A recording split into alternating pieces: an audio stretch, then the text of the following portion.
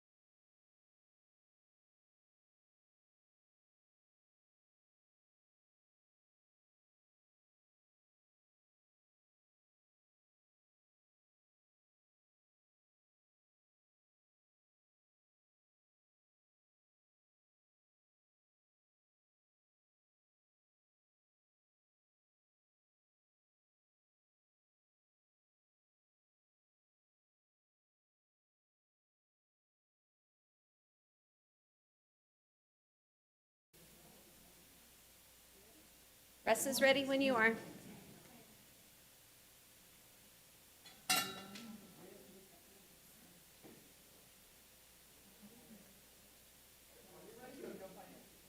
They're on their way. Oh, okay. They were over there, but we could get started. There's a lot.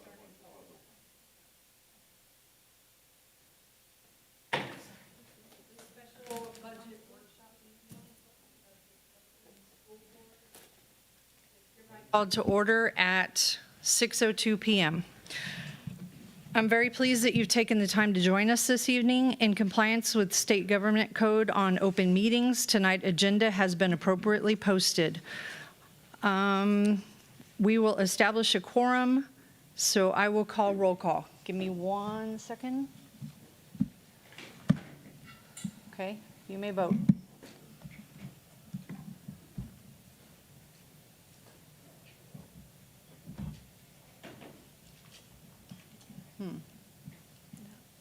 Why am I not showing up?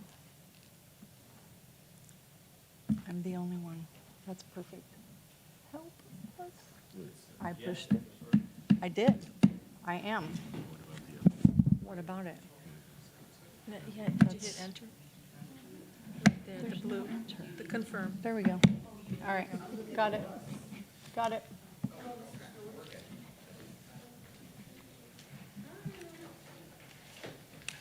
All right. All right. The next item on the agenda is public comment. This is a time for citizens, staff, and student to provide their comments to the board. A meeting that is open to the public under the act is one that the public is entitled to attend. However, the act does not give the public the right to speak at such public meetings except to address their grievance through proper channels. As a courtesy to the public, Judson Independent School District Board of Trustees allows time for the public comment. Statements and questions from the audience will not be permitted during other portions of the meeting, so please sign up for public audience. Please sign up for public audience if you have comments to present. To have your comments read tonight, your name and topic of your comment must be written on the sign-in sheet prior to the start of the meeting, which is located at the rear of the meeting room. Each speaker will be limited to 3 minutes to complete his or her comments. As the presiding officer, I will strictly enforce the time limit. Also, profanity, yelling, inappropriate, uncivil, and discriminatory comments will not be permitted. In accordance with Judson ISD Board Policy, BED Local, in the event your comment, in my judgment as the presiding officer, constitutes a complaint or charge against an employee or officer, it will be necessary for me to interrupt you, ask you to stop, and direct you to seek resolution of your complaint through the district's appropriate formal grievance policy. DGBA for employee complaints, FGN for student or parent complaints, and GF for public complaints. By law, the Judson Independent School District Board of Trustees cannot lawfully discuss, deliberate, or make comments or make decisions on any matter raised in public comment, which is specifically listed on the board's agenda for this meeting. With those cautions in mind, we will now be glad to hear the general comments. And first we have Marilyn McKinney.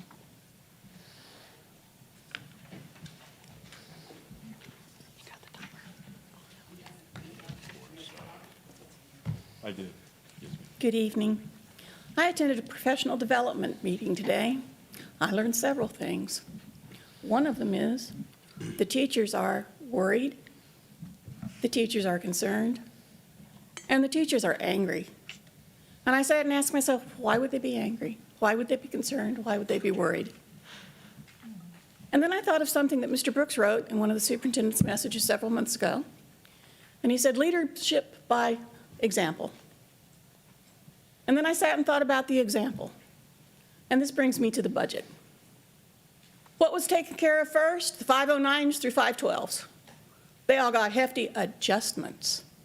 Not general pay increases, adjustments. And rumor has it, some people got a $10,000 adjustment. Some people got a $17,000 adjustment. Some people got a 6% adjustment. And teachers are sitting there looking at papers that say, incentives? No incentive. Okay. So then I can understand why teachers might be concerned, worried, and angry. $10,000 to one individual is obscene. Shame on you. $17,000, and you're telling us you have no money. Fix it. You can do better. Teachers are worried. The deadline to leave is sooner than later. And then we're hit with, well, the scores are bad, let's blame the teachers. Principals, come up with a plan and you move those people. Teachers were moved this week because of that. Where is the accountability in terms of, did you look at the curriculum? Is that head going to roll? Fix it. You can do better. I implore you, you must do better. It's the future of the country that you're impacting. I sit and I listen to them say, oh, I love Judson, I graduated from here. I didn't go to Judson, but I've been here almost 40 years. I think that should count for something. I have a stake here.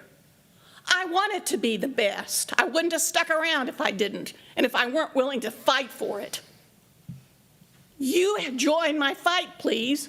Has the administration said, oh, let's at least give them 0.5%, $300. We gave another individual $10,000. But you cry poverty. You have a huge credibility gap. Ma'am, Fix it. You have 15 seconds. Thank you.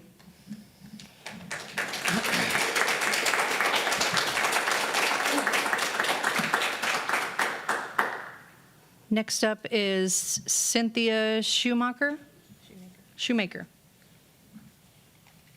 I'd like to first say thank you to the board, not to cabinet, to the board.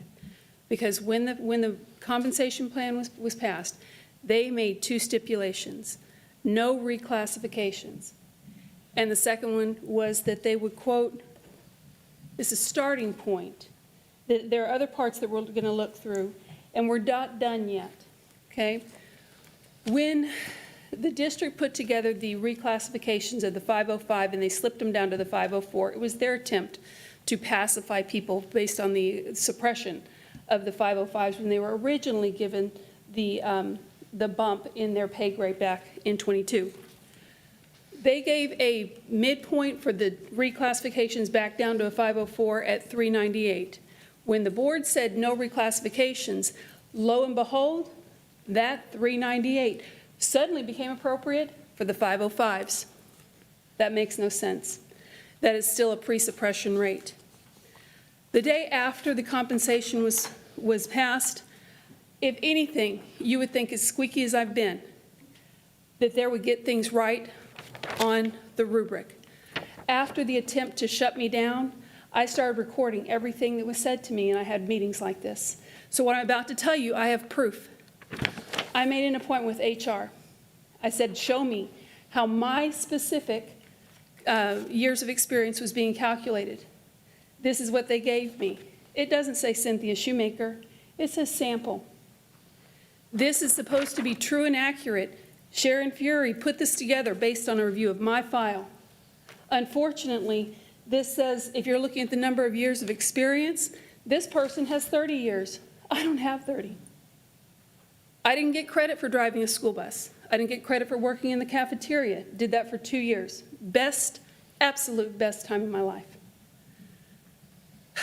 I did get my certificate to become a paraprofessional in 1996, and up until this point, that would give me 28 years. I run the numbers, I ran the points. I was able to say, yeah, we'd probably fall within half a point of each other. But guys, they said this was me. I'm not a sample. I'm Cynthia Shoemaker, and they have shorted me almost $16,000. You have 30 seconds, ma'am. I appreciate the fact the district's short. No one listened to me when I said, you're messing with my TRS. You've suppressed. I'm using your evidence to show you what you've done wrong. And no one stood up and said, we're going to do better. We're we're going to do right. All I'm asking for is pre-suppression rates. Don't play any more with my money. We were told, upper administration, one of the top earners, they said in a meeting to people who are being suppressed. Thank you, They ma'am. only got 90. That's your time. 84% of market value, which is not correct.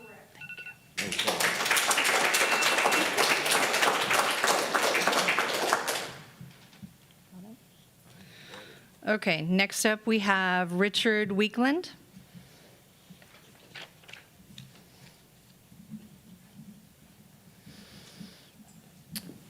Good evening, respected board members. I want to thank each of you for your hard work in leading this school district. As someone who's deeply involved as a parent, taxpayer, part of the district's GT Advisory Committee, and married to a JISD educator, I'm here as a heavily invested stakeholder in your decisions. Now, I've been closely watching the board's direction and decisions, and unfortunately, I'm disappointed with the way that things have been handled, especially employee compensation and the budget. Now, important decisions that should be kept public have been done behind closed doors, which goes against the district's policy and state law. Spending almost 4 out of 5 hours in closed session, especially when discussions of compensation and budget are coming up, is not an acceptable practice. Ignoring policies and rules shows a willingness to overstep the authority given by the community. This lack of authority needs to be fixed to regain our trust. So I ask you to make public what was discussed during the closed session on May 16th regarding compensation and the budget. Furthermore, an expensive audit was done to find ways to get our district back on track financially, but the recommendations from it were largely ignored and more administrative roles were added, making the budget situation worse. Your main job as a board is to give our students the best education possible.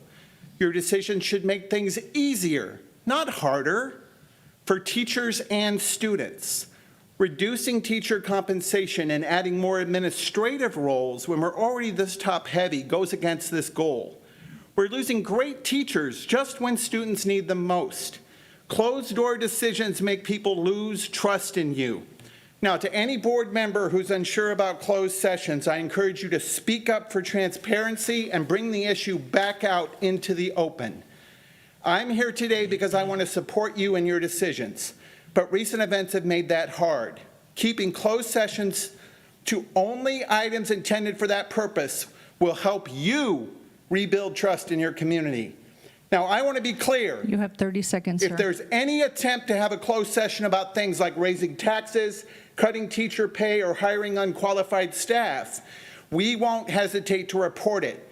Community members can reach the Texas Attorney General's open government hotline at 877-673-6839. That's 877-673-6839. Thank you for listening, and please think carefully about these concerns as you lead our district. Thank you, sir.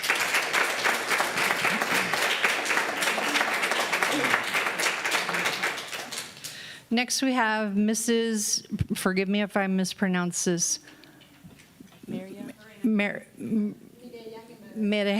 Jimenez.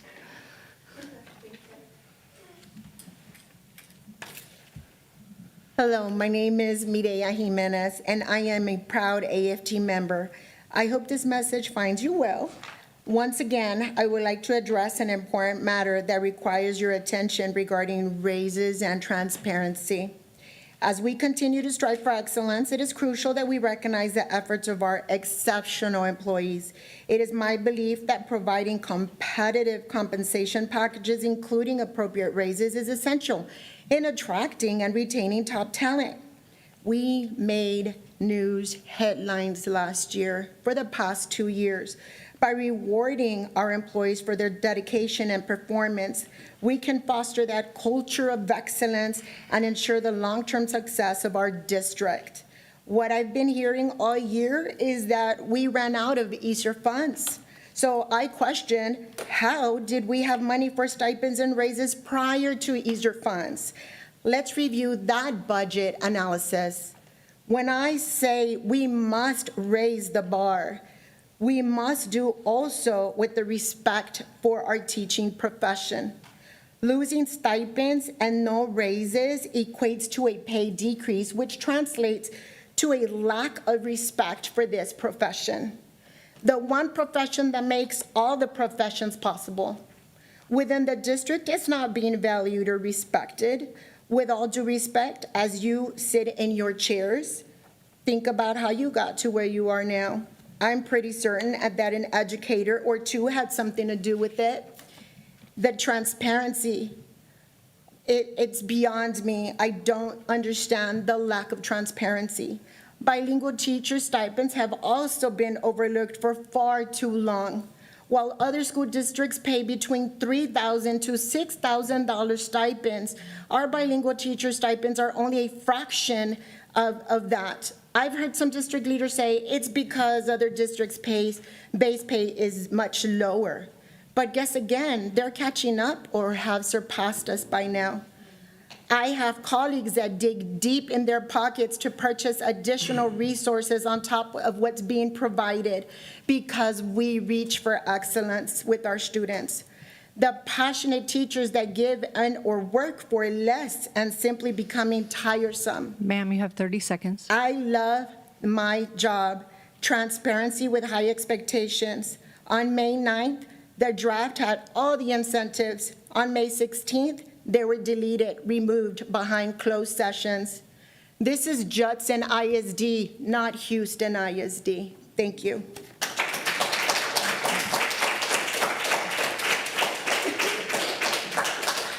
Next, we have Laverne Robertson Gold.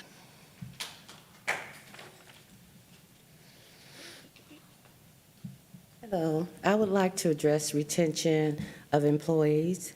We all know that it's important to pay our employees well, but also it's just as important to treat people well. There's a lack of well-being for our employees. The way we treat our employees is very stressful and damaging to one's mental well-being. There's a culture here that is disrespectful. It makes people feel less valued. For example, I have been assigned to the ERC building September 2023, and I didn't gain access with my badge until March 24th. If anything had to happen out here in this building and I couldn't get to safety, who would be accountable for that? And what kind of treatment is that to do an employee? You can make or break a person depending on your words, your actions, and your deeds, which affect the well-being of people. We are human beings, and mental health is real. With all this higher education in the world, we still don't know how to treat others well. Bring back humanity. Thank you. Next, we have Roxanne Byerly.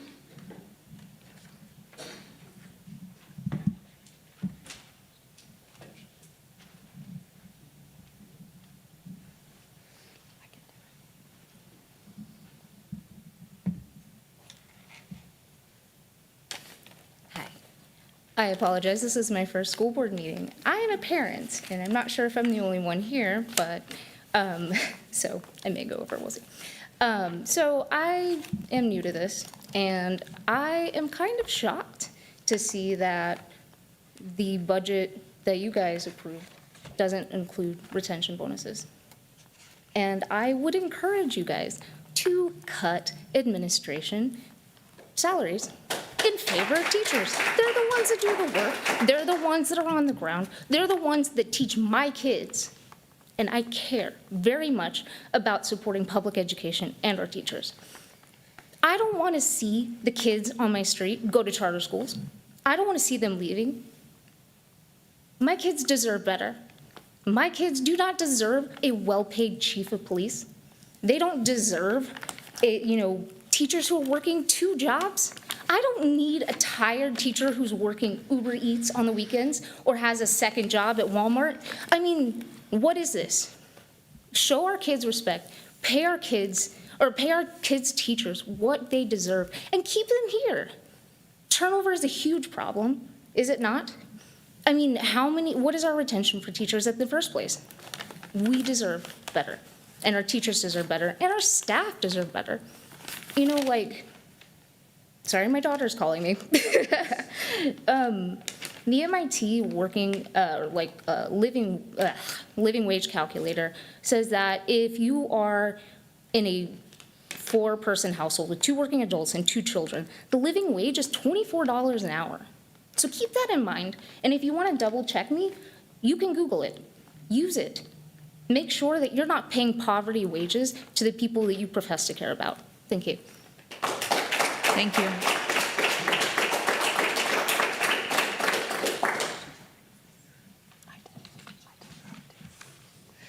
Next, we have Christopher Garza.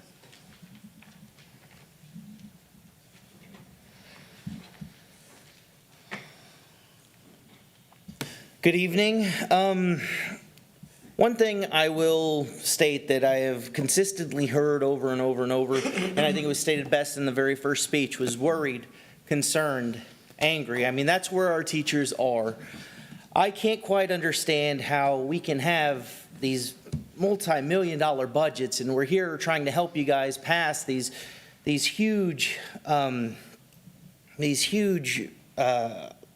things to pay so we can build more schools and do all this stuff, but we will not take care of the very soul of what makes us JISD.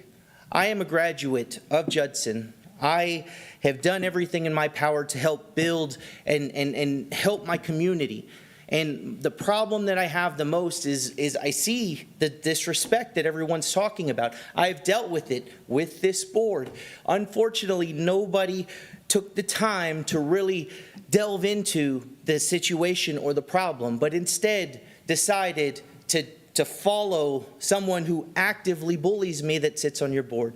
Understand this, we all do not have access to our district reps. Okay, and the more that we try to explain or say anything about it, the more we get told by other people to don't look at this person, sit down over there, do this. It's becoming ridiculous. I'm getting a little tired of the way that I've been treated, and I mean, I've only been part of this for a little while. Unfortunately, all the open records requests that have been denied for me, on all these things that are now, we're fighting with the Attorney General because, every time I make a request, it's $500. I mean, I made a request on myself the other day, and it was $460 just to know what you guys have on me, which I thought was insane. These problems are real problems. I am spinning my wheels trying to talk to the Attorney General, but at the end of the day, it's the board that ought to be catering to its people and catering to its teachers and its children and its community. And that's what we're not doing here.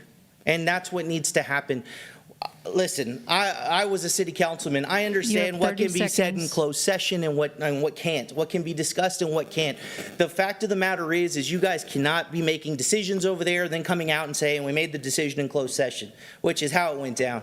I mean, realistically, what needs to happen is you guys need to show some transparency and cater to these people, cater to the teachers, cater to the parents, cater to the children, and cater to the community. Thank you.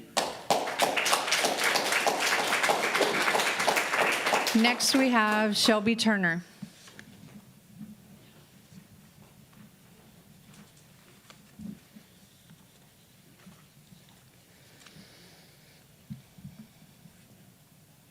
Howdy.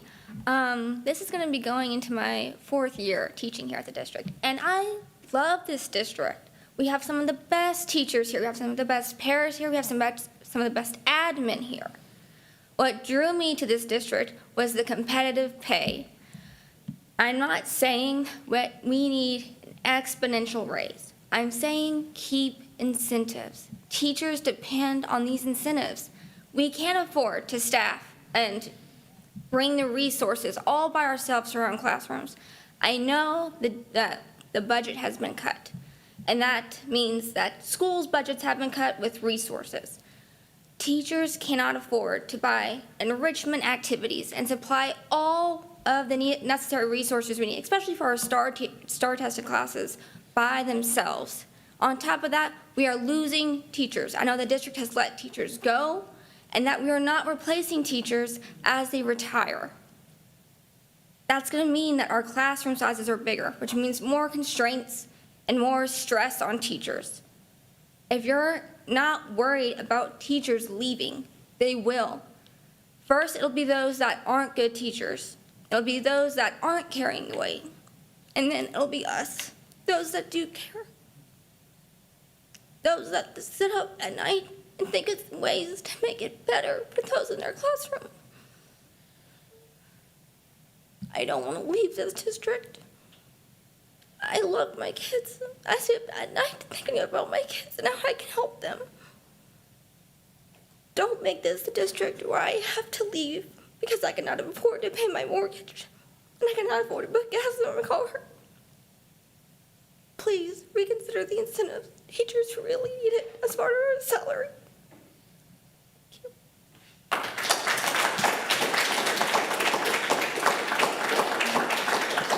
Next, we have Lucia Perotti.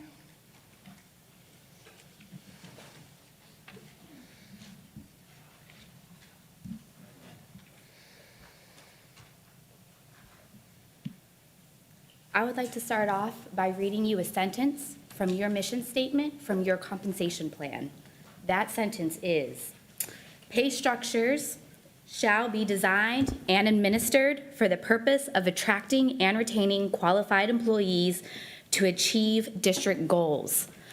Now, I'm not familiar with all the district goals, but I'm pretty sure it's something with like increasing enrollment, raising test scores, student growth, right? Those are the normal goals for just about any school or school district.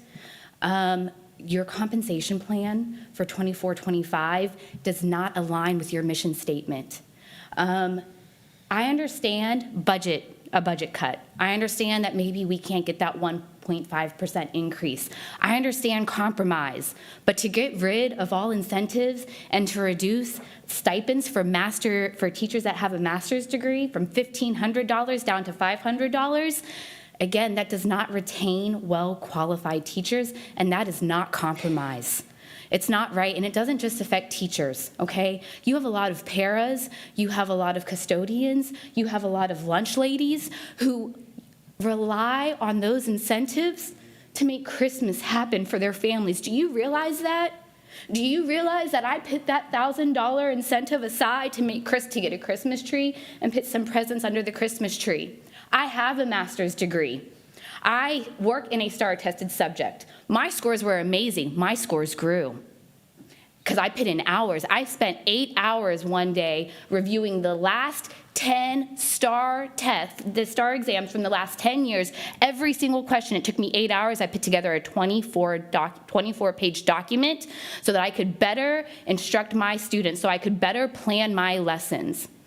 If you take away incentives, if you take away those stipends, that time cannot go to tutoring. That time cannot go to creating content and creating authentic learning experiences for my students to continue to get those scores to increase. That time is going to have to go to a second job. I am one of those teachers that have a second job.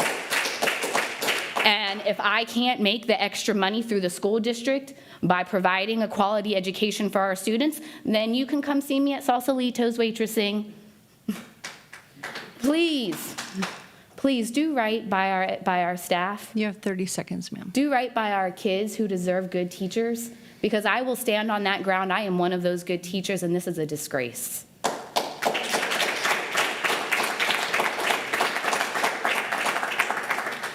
Next, we have Kevin Haddis.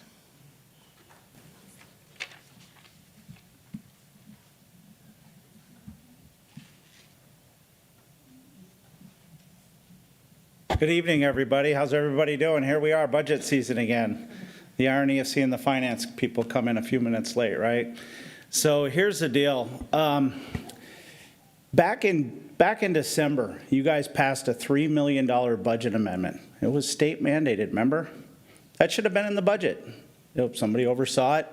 So they put it in the budget in December and said it was state mandated, so we have to do it. But nobody said it should have been in the budget.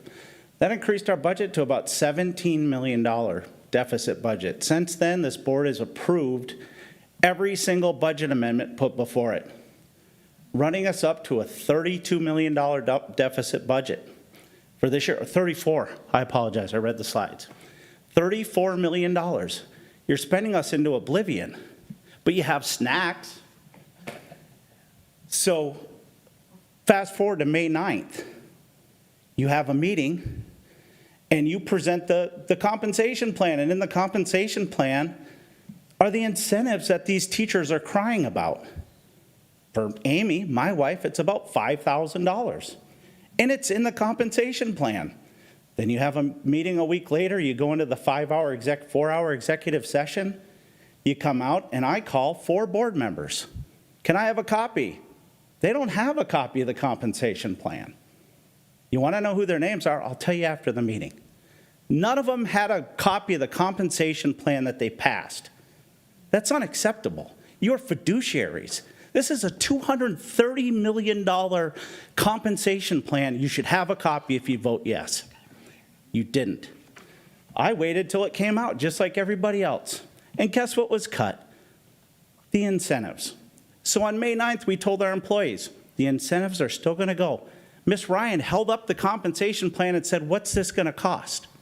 And later in the slide, it was about $230 million. That's what it was. $230 million is what it cost. If we're cutting the $15 million in incentives out, shouldn't our deficit budget go down? Because those two are comparable to each other, right? That's the problem. That's why these people are upset, because when they were still working, wrapping up their school year, you told them they were getting their compensations. It was presented to the public. You have 30 seconds, sir. Thank you. It was presented to the public. You flip it around and you yank it out. When did that happen? Executive session? I was told it didn't, and I called my board members, so I know, and I appreciate every one of them taking my calls every time, because this is how hot I am right now. Now we're staring down a $40 million deficit budget. Let's start by cutting the training for the school board. Let's start by cutting the admin. Let's show these teachers what leadership looks like. Thank you very much. Thank you.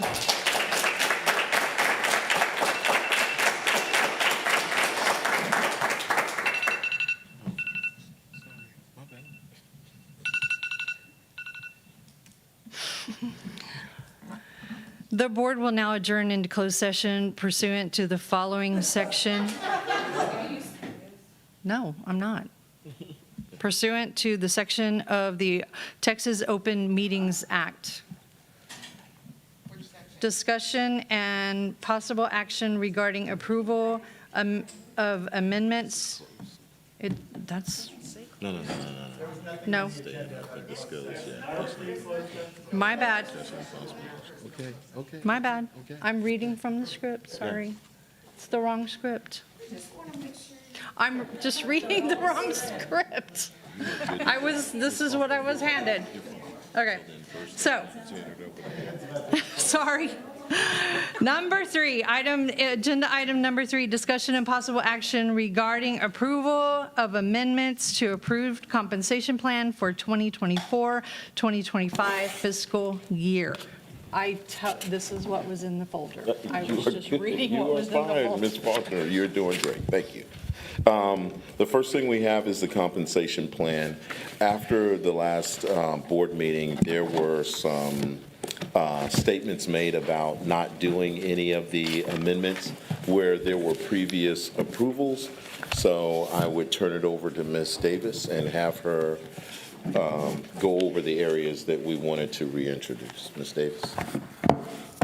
Yes, sir. Dr. Fields, I would like to go straight into the incentives that were questioned on the compensation plan that was approved on May 16th, that was submitted for board view only. Those incentives included a page that was mistakenly left in the 24-25 comp plan. But I'd like to remind everybody that back on June 8th of 2023, during our discussions during the budget workshop, we stated that there was going to be a one-time payout, and it was not considered to be salary, and we would not be able to do this again the following year. And those are the incentives. that were mostly paid with ESSER funds, as well as $5.4 million out of the reserve fund balance. Because it was not removed, there's an impression by some that this was an approval for next year, even though it reads that the incentive payout was to be paid out in June of 2024. The incentives page was removed off the 24-25 comp plan, as we are not recommending another incentive for this year at a cost of $15 million. Please keep in mind that the incentives and the stipends are separate. I just wanted to make sure that that was clarified before we move on.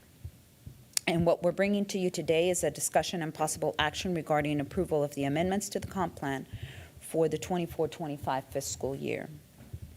In there, we are recommending the reclassification of the police chief from pay grade 506 to 508 at 230 days, and the reclassification of the strength and conditioning coordinators from the teaching scale to the 502 pay grade at 216 days, to also include them keeping their stipend for strength and conditioning. This is due to the fact that we have previously approved amendments based on Moses Adams' recommendations. In addition, we recommend the reclassification of the special education self-contained unit aides from pay grade 303 to 304, and the bilingual secretary from 304 to 306, because that is the only secretary that is really not within the pay grade as the other director secretaries. And once the secretary from the HR through attrition would go back from a 308 to a 306, as she is no longer a cabinet secretary. Any questions? In addition, there's a couple of other things. I'm so sorry.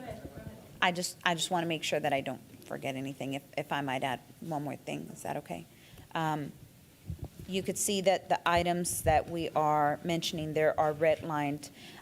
We have previously brought a double master's, a discussion about a master degree stipend. Everybody who has a master's degree receives a $1,500 stipend. There was a discussion about the additional stipend for those teaching in the specific field, in which we had made a recommendation to reduce that $1,500 stipend to $500 stipend. Essentially, that would be a cost savings of about $321,000, but I do want to clarify that there is still the master's stipend at $1,500, and we're proposing the additional stipend for teachers who teach in that content field for $500. Just a point of clarification, we're saying teachers who teach in the content field, that's not, what we're saying is, if you have a master's degree, you get a $1,500 stipend. If you have that same master's degree in the area in which you teach, then that would be reduced to the $500. But we stand ready for any recommendations the board may have. But that was the recommendation on the stipend. Anyone with a master's degree still gets the $1,500 stipend. But for the same master's degree, if it's in the area in which you teach, then we reduce that from $1,500 to $500. They get both, yes, ma'am. And I certainly have a response, but I'm going to say, just want to put on record. Monica, Ryan. Oh, yes, I'm not going to speak. Let me just say my 1 second thing. I do have something to say about that, but I'm going to let Ms. Ryan speak, and she's ahead of me. But just know that I do have some concerns about that stipend. Understood. Okay, Ms. Ryan. Yes, and I have some comments about some of the other detail-y things too, but let's talk about the elephant in the room first, which is, I am super confused about what happened with the compensation plan, because I sat here on May 9th with a packet in my hand, handed from you guys, and I've gone back and I've watched the board meeting now again twice. And what you're told is, here's the packet with all the recommendations from district. And then we sat there for an hour and displayed on the screen, we went literal painful line by painful line. We spent 10 minutes talking about certified occupational therapy assistants and SP, spent painstaking time on things that affect 2 people in the district or 5, which is awesome, because that's what our board work is. And every position matters, and every word in this document matters. And so as we're going through and we're watching the screen on this document that you gave us, which is the only document we have, all the incentives are on there. and I'm sitting with a table of 18 people, and not a single person said, whoa, wait a second, we're not doing incentives next year. No one from the board, no one from the cabinet, no one. We're flipping pages, it's literally, and it took up 2 pages. It's not like it was in miniatures, 4-point font on here. 2 pages on page 29 and 30 in that document. It was clearly in there. And I went back and it was displayed on the screen. So that's the document we left that meeting with. And we gained consensus in general on most of the things, on the things that were in there. And then we go to May 16th, and that's still the only document we have. There was no new compensation plan for May 16th. And then the motion is the document minus reclassifications and what was the other thing? I don't remember. There was a second. Oh, and no 0.5% GPI. Yeah. Right? Those were everything we discussed on May 9th minus, we weren't going to do any of the reclassifications, and no GPI, right? And motion passed, approved. Awesome. So everybody thinks we're good, right? Like everybody goes home on their break, incentives are in there, got passed, it got approved. There was never a single word uttered. And then all of a sudden, June 3rd at 6 p.m., Monday night, a board book gets published. I finally get around to looking at it late Tuesday night, and I'm doing my side-by-side. All of a sudden, I'm like, oh my God, there's something missing. I'm like, where is it? It's not in here. And then I go to a meeting, and I'm like, and I truly presumed it was a typo, because I've been in the meetings. And they're like, no, it wasn't supposed to be in there. I've watched enough of compensation season in Judson ISD. Did we truly think that we were cutting $2,000 to $6,000 from every employee and we wouldn't have 500 people lined up to speak? Do we really think we talked about this in the meeting and Monica Ryan wasn't paying attention? We spent 20 minutes talking about occupational therapy, and we didn't spend 1 second talking about cutting $15 to $20 million in pay that affects mostly teachers, significantly percentage-wise, our bus drivers, custodians, paras. I don't know why this board was to presume that it just wasn't in there. Because this document, and the problem is we rely on receiving accurate documents. And when we vote, we assume we are voting on a document that we have. And just coming back and saying now, just saying, oh, we can't afford it anymore. I mean, these are people, and it's not just the people who are sitting here. Because I hope we understand the financial implications of this. Because I've done the math. Because a para from Candlewood, Hopkins, or Wagner, it's going to be a $3,700 pay cut. Do you know that's $2.50 an hour? We've had Fresley Molina at 25 board meetings asking for $1 an hour. And we're just gonna, without a single discussion from anyone on this board or cabinet, we're just gonna cut $2.50 from those paras and those custodians. There's married couples in our district in Wagner feeder patterns, both with master's degrees. Do you know how much that family is gonna lose next year? $16,000. $1,250 a month. That is more than the mortgage payment of half the people who live in Judson ISD. And that's what apparently we're cutting without a single ounce of discussion. Now, I am very confused on what we approved because, and this has happened before, we have to rely on what was in front of us. The motion was approved this document. It was approved with incentives in it. If there was an error and it needs to be removed, then someone on the board is welcome to make a motion to remove incentives. But we don't get to just go back and delete something after the fact that was already voted on in open session to approve this compensation document minus these two things. So if someone wants to motion today, otherwise what needs to be produced to our employees is what was actually presented to this board and approved to this board. And if there was an error, an administrative error, then fine, then district can come back and ask someone to change it. It's not a motion I'm going to make, type thing. But we are not doing good governance if we allow 15 to 20 million in incentives to be removed with the simple hitting of a delete button of someone who works in the human resource department and no action taken by this board. Before we move on, can you do some clarification? Because I heard what you were saying. I heard you say there is a difference between incentives and stipends. Yes. Sure. Do you? Yes. When we were discussing the incentives, and I want to just go back to when we were discussing about approving them into the comp plan for this year, the incentive is not something that is recurring. It gets voted in. It is a one-time payment. It is not considered part of TRS retirement, so it's not calculated into that retirement.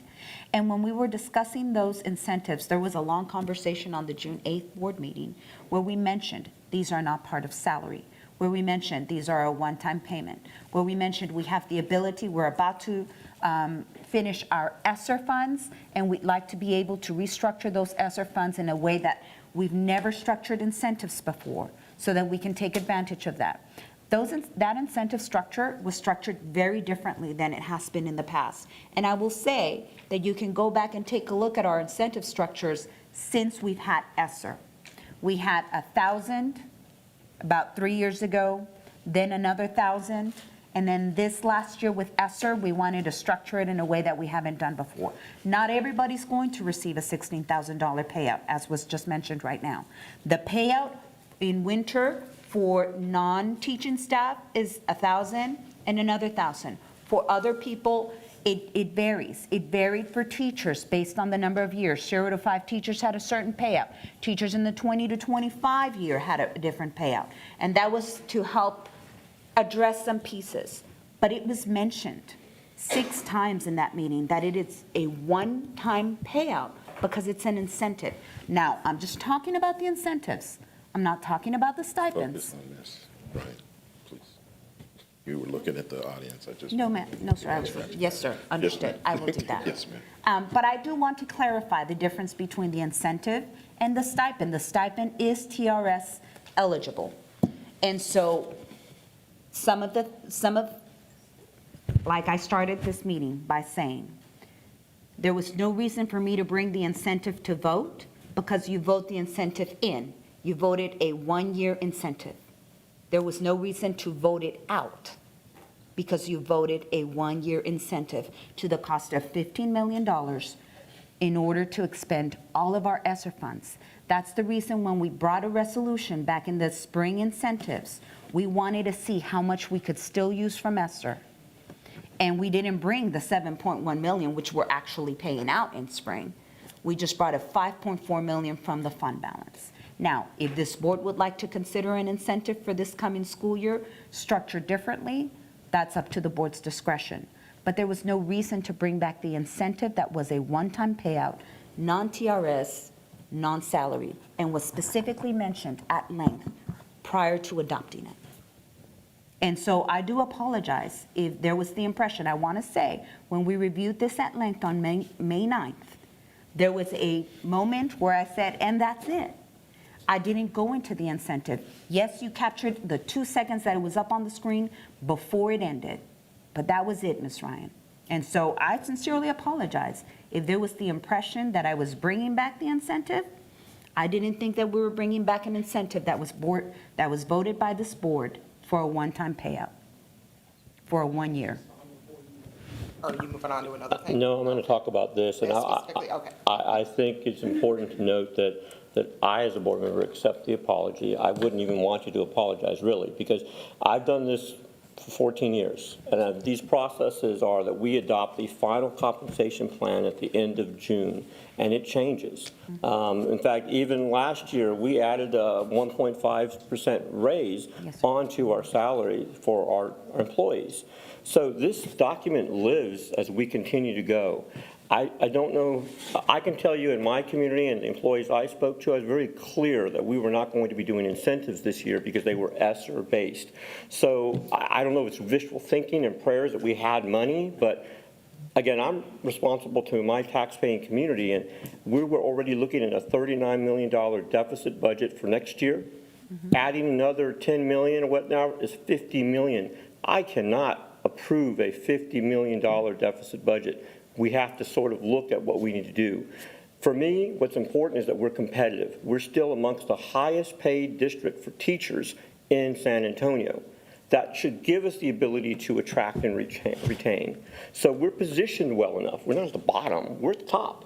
So bottom line is incentives were designed to appreciate our employees, and we did appreciate them for multiple years. Just because we're not able to offer them does not mean me, I'm speaking about, I can probably speak on all of us, that we don't appreciate our teachers. The reality is we are in a financial rut where we can't adopt $1 million deficit budgets to this point. So I want to say I was clear. We didn't discuss it because I can tell you if we were going to do incentives, we would have raised the roof on it. We would have shouted from the rooftops that we're bringing back incentives. I've been very honest with my community. We don't have the money to do that this year. But we'll find other ways to support teachers and employees in the classroom that are resource-based. Because I can tell you, since Ms. Eaton was on the board with me, we pushed for the highest pay for the last 2 years. Our retention numbers are still not spectacular because attrition and turnover are still occurring. And that's because it's not all about the money. It's about other areas that we've heard from citizens to be heard, that it's about the lack of respect, or it's a lack of support, or it's a lack of whatever else it is, that we now have a responsibility to help support. And everything from SPED to the classroom. I'd like to see us try to do that this budget cycle. We still have this meeting, we still have the next meeting June 20th to do that. And so again, I accept your apology. I don't think it's necessary because, again, we're still moving. We adopted the budget without. There is nothing sinister about us it being removed, but you know, some folks might want to claim that there's some sinisterness going on. Bottom line is we got to be responsible, and not only to our employees but to our taxpayers. So I just want to speak that out into the universe because that's important. Now, in terms of what was mentioned by some of our citizens to be heard today, having the incentives and then losing stipends would be very adversarial for our employees. And so based on this new information that I'm seeing, I will be making a motion today to reinstate our Wagner feeder pattern stipend. I will be also looking to bring back the testing stipend as well, and to hold the line on our master's stipend with the teaching, to leave it at that $1,500 until we can commission a study to see where we're competitive or if we're overpaying in stipends. Because you'll hear from many folks, we're overpaying here, we're underpaying here. We don't really know what the whole thing is. We want to be competitive with our stipends because the goal is to retain talent. So if our stipends are retaining talent, and if there are people still here and that $1,000 stipend makes a difference, I want to keep them here because that's part of it. So I'm hoping that when we get to that time, we can get support to at least grandfather the stipend.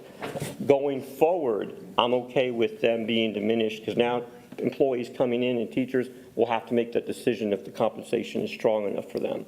But employees today, they do rely on that stipend. And the incentive, that's always the worst case. You give, and then all of a sudden you don't have, and now there's just a lot of anxiety and sorrow for it.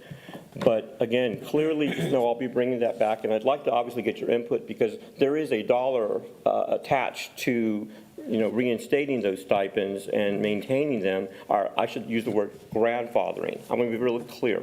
I'm not looking to maintain them for the next 10 years. We still have to find places to cut. But grandfathering, I think, has we'll have appeal those to as we move forward tonight. So you just say, and then we can say this would be the addition. And then again, I know that this has been stressful. I just want to put it out to the world. We hear a lot from our community. We hear a lot from employees. These are tough times. And like I said, I wish I could go back to the 2 years we passed the highest raises. Everyone was happy. sometimes there's some tough times, and these are some tough times that we're addressing right now. And, but we'll get through them, and we'll maintain our strength as we go forward. But that's all I have to say for right now. If you don't mind.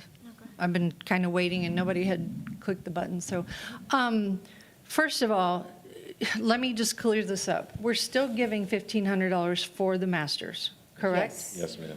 The change is, It's a proposal. The proposal- proposal is that for the additional stipend for people who are teaching in the field, master stipend for people teaching in the field, is the one that we are proposing No pressure. to bring to $500 rather than $1,500. If your master's is in the same field in which you teach, like if you had a management master's and you're teaching math, then you wouldn't be eligible for the $1,500 stipend in your field of teaching. But if you have a master's in math and you teach math, then you would get the double $1,500 stipend, one for having a master's degree, another one for having the same master's in the area of instruction in which you teach. That's how it's currently structured. That's why we came and Yes. said, we're paying people double for the same degree. So we understand giving the $1,500 for the master's degree. Everyone should get that. But if it's in the same area of study, then you would receive the $500. We are fine with going back, if it's the will of the board, and giving the double $1,500 stipend for the same one master's degree in the area, if it's in your area in which you instruct. Grandfathering. Grandfather. We can grandfather it, give it whatever the will of the board is. okay, the other question I have, again, there's a difference between stipends and incentives. And I just want to speak to it because I was in the teaching field. I received a stipend for my extra work. It is beyond my contracted hours. That rolled into my retirement. It affected my bottom line. Every year in the budget meeting, Northeast ISD would say, we are going to give retention incentives if the money is available. We will reevaluate in November. Out of the 10 years I was there, I got 4 retention bonuses. One was a 2-time payout. The rest of them, we only got the payout in December because by May, it wasn't there. Because if you're speaking in terms of incentives, it is kind of like in the corporate world, correct me if I'm wrong, it's kind of like in the corporate world when they have to decide based on the bottom line if you get a Christmas bonus or an end of the year bonus. It has nothing to do with your salary. It's got everything to do with paying a bonus. And I just want to make that clear. And I think that if we are going to look at it, a good way to word it is the same way that Northeast ISD always did. Hey, we know this is important, so we're going to put a pin in it and say, we are going to reevaluate the budget at November for a possible payout of XYZ. And then we will reevaluate again in April for a possible payout of XYZ. Now, I'm going to tell you, every November, it was the what if email that we got. Okay, guess what? It was the guess what, not what if. Guess what? The money's not there. We don't have it. Sorry. But you're still getting your salary for doing your job and your stipends for doing your extra. So it was always a guessing game. And so we were taught, and they did a really good job, and maybe that's some direction we need to go in stating, this is not something that you should rely on. And I know that's hard to hear, because you do. It comes at Christmas, and it's something that you rely on to add what you need for Christmas. But if it's not there every single year, then we need to start that mindset where we know it's not going to be there. Go ahead. Can we respond? Yes, you may respond. Go ahead. So if we go to the June 8th meeting of 2023, 1 hour, I'm sorry? One person wasn't even on the board at that time, so. I wouldn't know. I'm just saying, if we go back to the meeting before we passed the budget last year, we were clear. On June 8th, 1 hour, 30 minutes in, if you push play, you will hear that we said that we have the ESSER funds available and we would like to pay the incentives. But we were so certain that we knew that towards the end in spring, we wouldn't even have enough ESSER funds left to pay all of the incentives that we were obligating ourselves for. And we said what we would do is have to come to the board, do a resolution, and pay for the rest out of the fund balance. So it was very clear last year, and we said this was going to be a one-time. We would not be able to do this going forward because the ESSER funds would have ran out, and they were going to run out even before we paid out the second incentive. So I would also say this, and again, this is the finance department, but I'd also say this. In the compensation plan, it reads, only special education teachers, special education pairs, and classroom bus drivers, police officers must have a start date of May 1, 2024 or earlier to be eligible for the payout in June. And then for the teachers, it says that if you're here on January 3rd, then you'll be eligible for the May 31st, 2024 payout. That's what was on the slide. That's what was left in the compensation plan. So it didn't have an advance date of 2025. It was the last stuff from the last incentive. To your point, Ms. Ryan, we apologize. That should have never been left on there. But to say that it was left on there with the intent that we were going to be paying out an incentive, the dates don't even match up. It was a clerical oversight. Now, if rectifying this means that we have to bring it before the board's not willing, then again, the budget process is on the board. Would I recommend it? No, sir. No, ma'am. It would be in a $15 million addition to the deficit. I stand ready to answer any other questions or. Okay, next we have Board Member Stanford. Go ahead. I'm sorry, I forgot we're sharing. Yeah. First of all, I do want us to be sure that our vote was proper. Last time, if there was something not correctly done, and I don't know who we go to for that, if it's legal or not, but if we have to correct something, I want to be sure that we do so. So if it has to come back to the board, if we voted something in inadvertently that we need to revisit, then I want to make sure we do that correctly. So maybe legal, I don't know. Who determines that? No, ma'am. This is a simple, if it was an oversight, the documentation that was in there. Now, if we want to go back, I'd put it on the board. Is there someone willing to make a motion that that's not going to be considered, or do all the board? If the board members feel like we need to take on another $15 million deficit to the fund balance, in addition to what we already have there, then you can put forward that motion as well. And part of today's discussion action item is to approve the comp plan as presented. The incentive is not in there right now. So if you approve it again, then you're approving it again without the incentive. So it would correct. Okay, so my next question. Okay, thank you. What were typical incentives prior to ESSER? At Judson, what were? We have that, Dr. Taganoff. In 2022-23, we had a $1,000 incentive for full-time staff, $500 for part-time. The year before that, 2021-22, we had a $1,000 stipend. I could not find this. I'm sorry, incentive. You're right. Thank you, Ms. Eaton.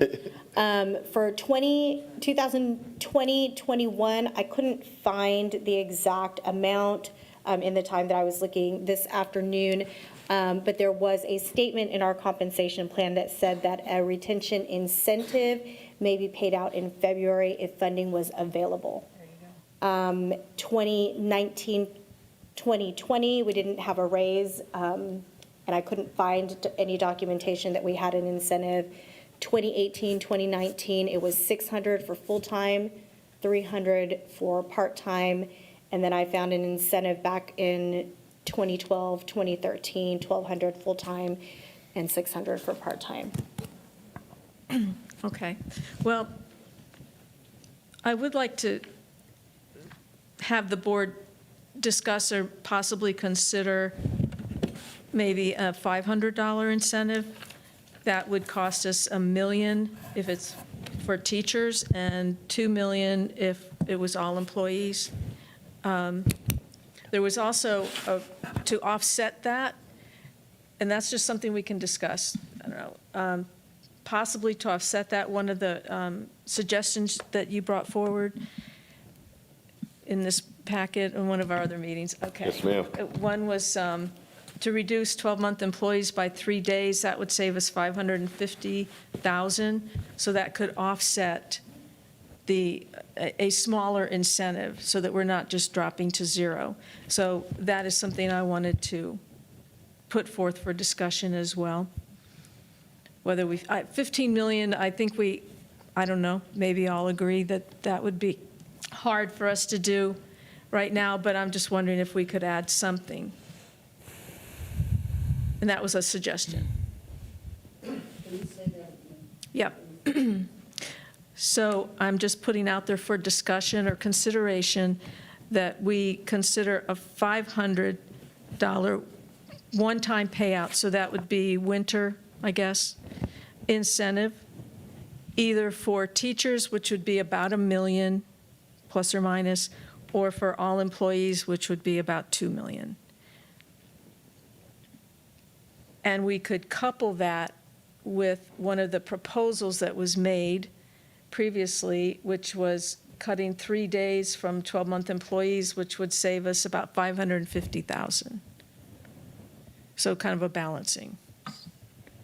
Before we move on, I just want to point out that, again, we're talking apples and oranges. If you start cutting days, that's affecting people's retirement and pay, just to give an incentive that doesn't affect retirement. So just apples and oranges. Ms. Eaton? Yes, ma'am. Oh, wait, I'm sorry. No, Monica, Ryan. Ms. Ryan, sorry. I just wanted to respond to a few things Ms. Davis had said. It's not exactly how these compensation plans work. These are standalone documents every single year. And we sit with this May of every single year. We don't sit with the old one and make changes. We come up with a new one. And this is the document that governs us every single year. And nothing in this entire document is safe any single year. When we go through with our red pens and lines at that meeting, if we want to cut the head football at Judson High School's stipend, the board has the authority to do that. Sorry, Coach Soto, we're not doing that. But every single thing in here is up for debate every single year. And it's not just in May. We make 42 changes to this thing as we go through the year.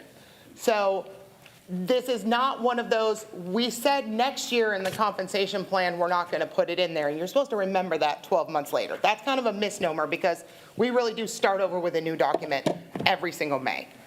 And the fact is, it was included in the document. And I very explicitly asked, because I knew it was in the document, because I do my work. I saw it in there. I'm a little surprised the rest of my board members read it, saw it in there and didn't say anything. That's a little concerning. I saw it in there and I'm like, that's awesome, right? Like we don't want to cut teacher income, right? Like that's the last thing we want to do because we want to have the best teachers. So that's why I asked, how much is this going to cost?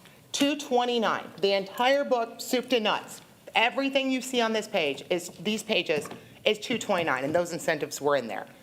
And then we went into the budget meeting, then we went into more budget meetings and cost reduction meetings and all these other things because we were told that this entire document was going to cost $229. We weren't told this document cutting 15 more million in stipends was going to cost us $229. And I guess I'm confused on how we're going to govern this board because I'm not sure how to know what I'm voting on because I have a document. So am I voting on this document or am I voting on what's in Ms. Stanford's head, her understanding of the document, or Mr. Macias's head, or what district cabinet intended. I can't guess. I haven't been on, maybe if you've been on the board for 15 years, maybe you can predict what is in people's minds and what they intend. I can only vote on things I have in my hand.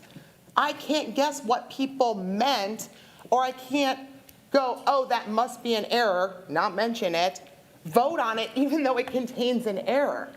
Like, so is that really, we're gonna now vote on things and just guess at what we think the motion is? You know, and spending in this district is out of control.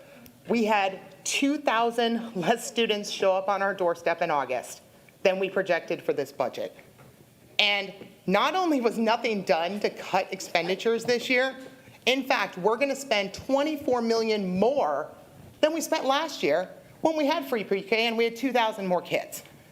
And to me, that doesn't make any sense. That wasn't caused by an extra 1.5% raise we passed in June. That was $3 million. And so what is costing us that much money? Because right now, this exorbitant spending and not cutting a single thing all year, the people who are paying the price of that for our actions are our custodians, our bus drivers, our paras, and our teachers. The reason we don't have $15 million for the incentives then is because we increased expenses $24 million when we lost 2,000 students. And I didn't know any of that until April when a slide came up, and all of a sudden these numbers look completely different than how we had been operating all year. So we have done a disservice, and when people don't feel valued, I feel like we have not done the work, and they're the ones who are now going to have to bear this.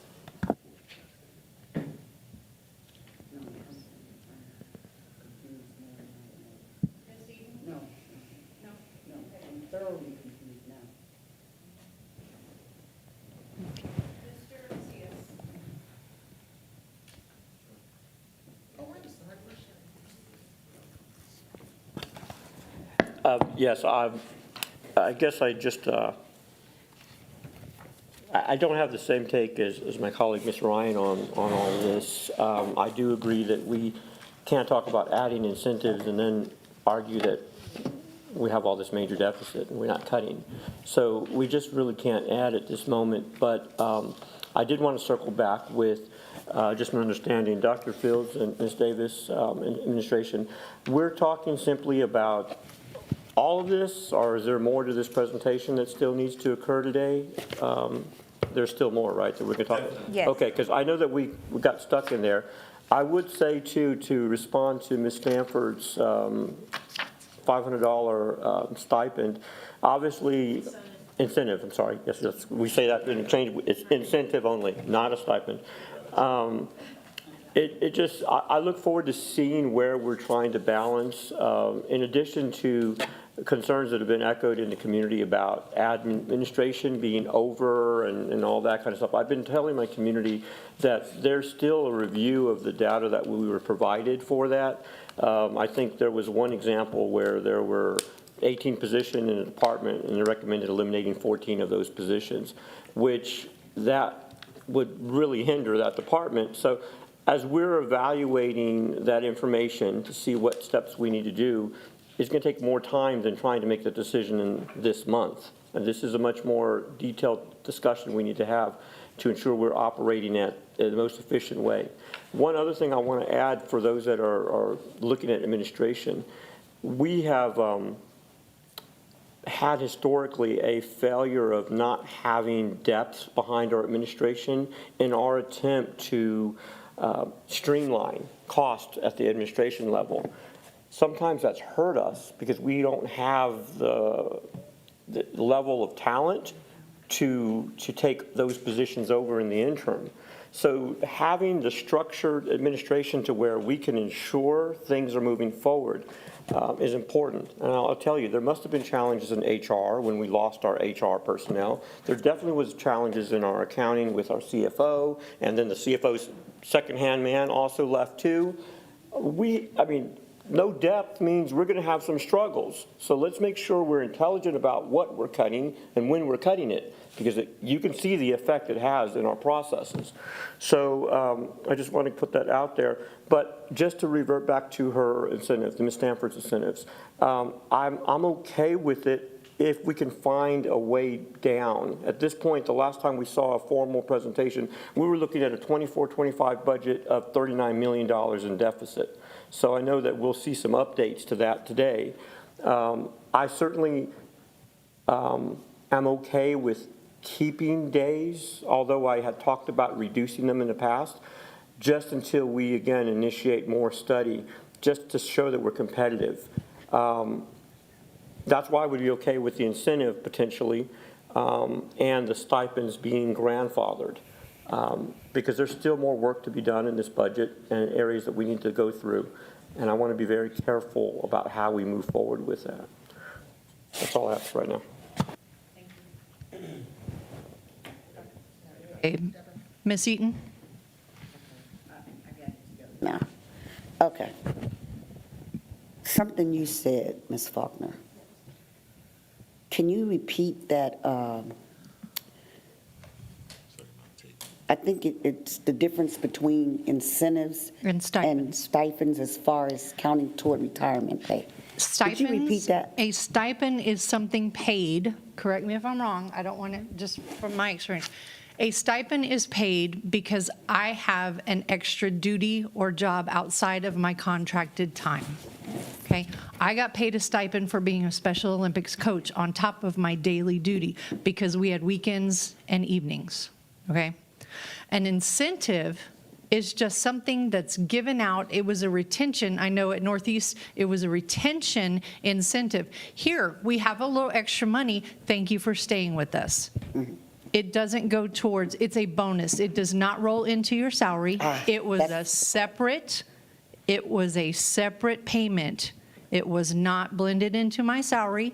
It did not increase my salary. So when I went to TRS for retirement, my salary stayed the same, even with those retention bonuses, because they were paid separately.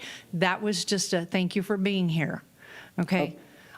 So that's the difference. So the stipend count, that stipend does count counts toward retirement pay. Yes, because I'm doing the work. Because an incentive is a bonus. Yes. Basically, it was a bonus. Yes. So, thank you, ma'am. Yes. Ms. Davis.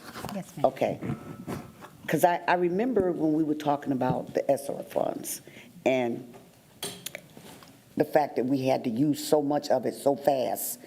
And that's how we came up with the incentive amount that we came up with and how to pay it out. But did the ESSER funds end before we made the second payment? Because I seem to recall them having to come back and ask us for like a little over $3 million. It ends in September officially, but we've already encumbered the use of the remaining funds, so we were only able to apply about $2 million for the spring payout, and that's why we came to you for an amendment of $5.4 million for the spring incentives. The total payout was about $7 million, correct me if I'm wrong, Finance? 7.4. Yeah. But remember that we wanted to be able to use up all of ESSER, so it was used up. Right, I remember. Yes, ma'am. Okay. And thank you, ma'am. And Dr. Fields. Yes, ma'am. I'm still having trouble with the master's thing, because I thought when we talked about it, we said that if a teacher has a master's degree, 2 master's degrees, that's how that was calculated, based on that second master's? No, ma'am. No? No. The way that it was calculated was that if you have a master's degree, you get a master's degree stipend. Which is the $1,500? Yes, ma'am. If you have a master's degree in the area in which you teach, you receive then another $1,500 stipend. See, So it was a total of $3,000. Right, I got that part, but So we're reducing the second part. The proposal is reducing the $1,500 for the second payout to $500 for a total of $2,000 instead of $3,000. Okay, I get it now. Sure. Yes, ma'am. Okay, so before, Ms. Ryan, if you don't mind. Oh, go ahead, go ahead. But the cut days thing, that. Understood. Cut date, she said no. Oh. No, I understood. So I know, as Mr. Ryan said, I wasn't here for the last budget, but I know since August, the district has had a lot. I came in where we started with the unfunded mandate of a police officer at every campus. And fencing, and also the gym air conditioning, and also the fencing, and then the air conditioning failure. So can y'all speak to just highlight some of the expenditures that we had? And it was, these expenditures, correct me if I'm wrong, were not based on our attendance or how many students they were just expenditures that came up. Yes, ma'am, that is Okay. correct. And the vape detect, yeah. Yes, so some that has added, we started with a $13.5 million deficit, and in December, we came for an amendment of $3.6 million due to the state mandated programs to ensure that we were meeting the 55% expenditure on that. So that brought us up to $17.1 million. Then in the spring, we brought the $5.4 million resolution for the spring incentive. That brought us up to $22.5 million. And then we also brought a $3 million for the 1.5% raises that were adopted on the day of the budget hearing. And that brings us up to $25.5 million. In addition, we've brought other amendments, for example, the one you mentioned earlier, $350,000 for the salaries for the additional police officers. And that was 25, that would bring us up to $25,850,000. And then we brought an amendment for $144,200 for the vape detectors, which would bring us up to $25,994,200. We've also brought an amendment for the maintenance department for emergencies that occurred for $505,300, which would bring up the deficit to 26.5. And then we brought a $171,100 for the tax property value study.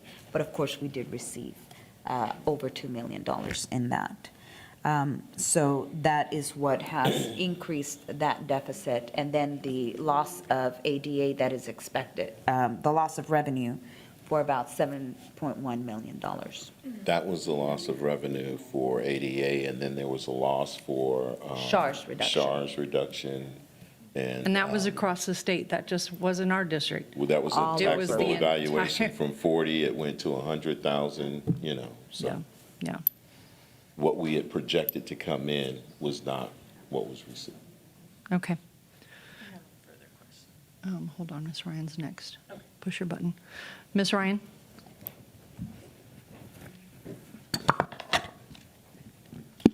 Sorry, just two things that had been talked about somewhere in this string of people type thing, which was, first on the double masters, because I know you weren't at that meeting in May of 2022, because I went back when it got approved.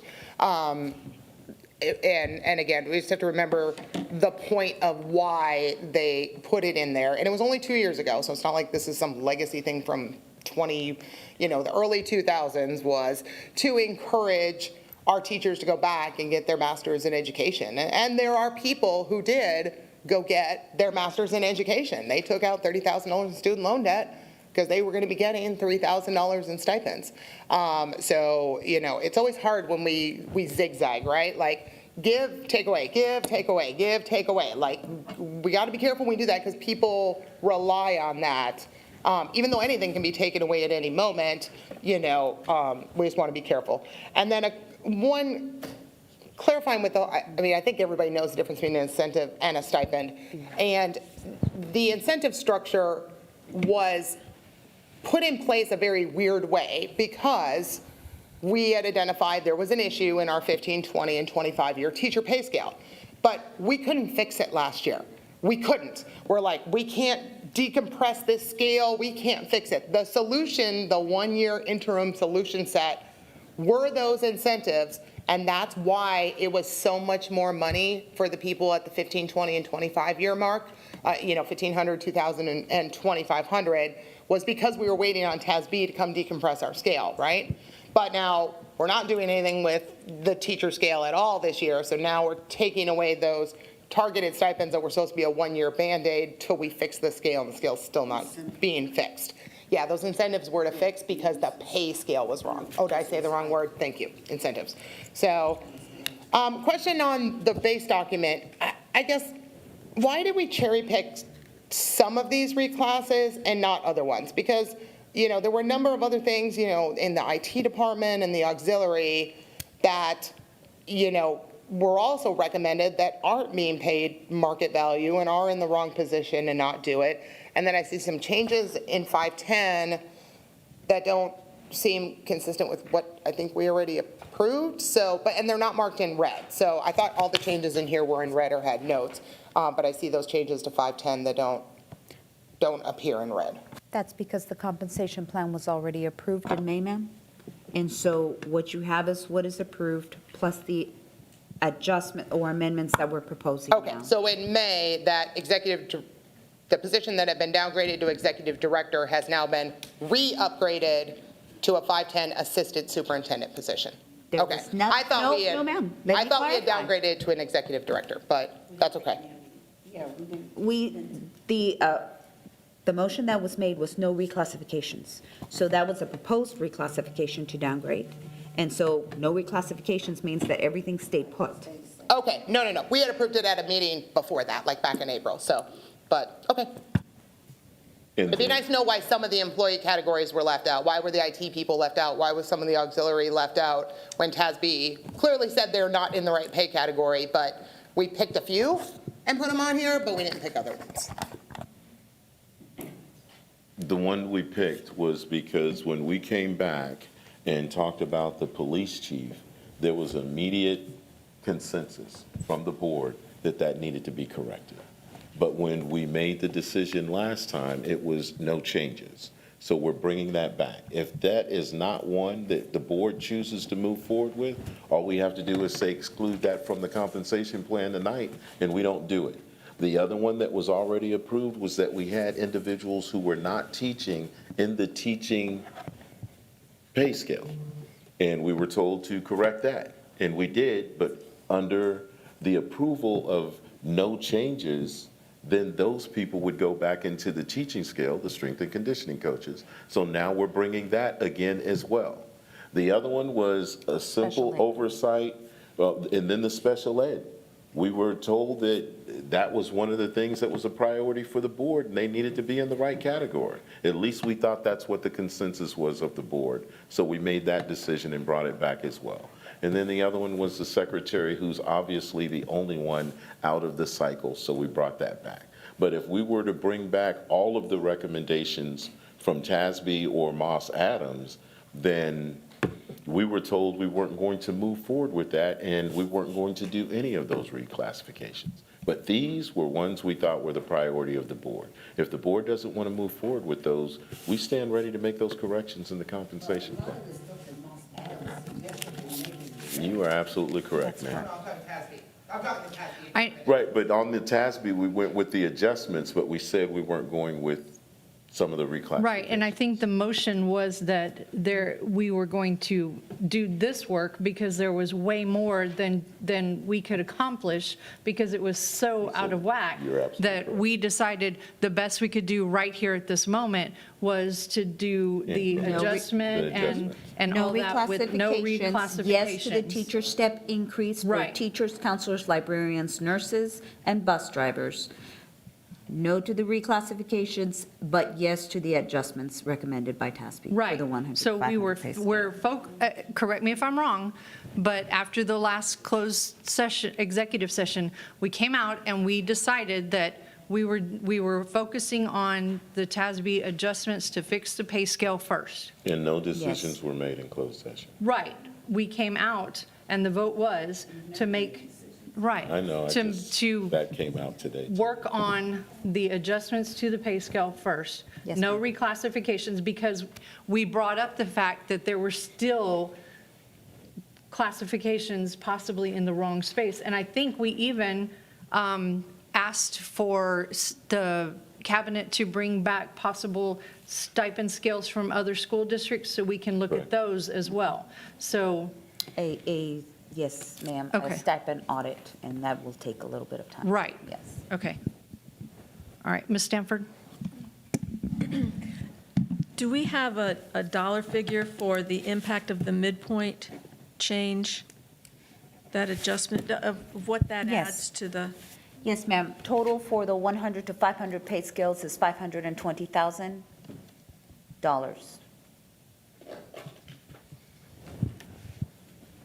does that include everything? Yes, ma'am. For the 100 to the 500 pay Okay. scale adjustments that were approved is about $520,000. Yes.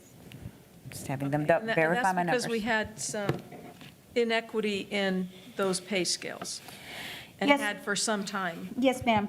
We, in this district, have worked with TASB before for TASB audits, but those actual adjustments were not approved.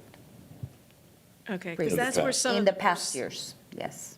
It's that midpoint change which is leaving the impression that some people are getting raises, right?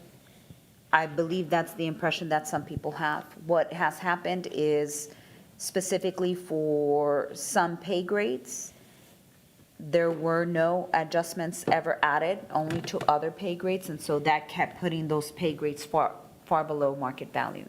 And so TASB's recommendation was to bring some of those pay grades, let me be clear, not yet to market value, but just to increase them a little bit closer to the market value.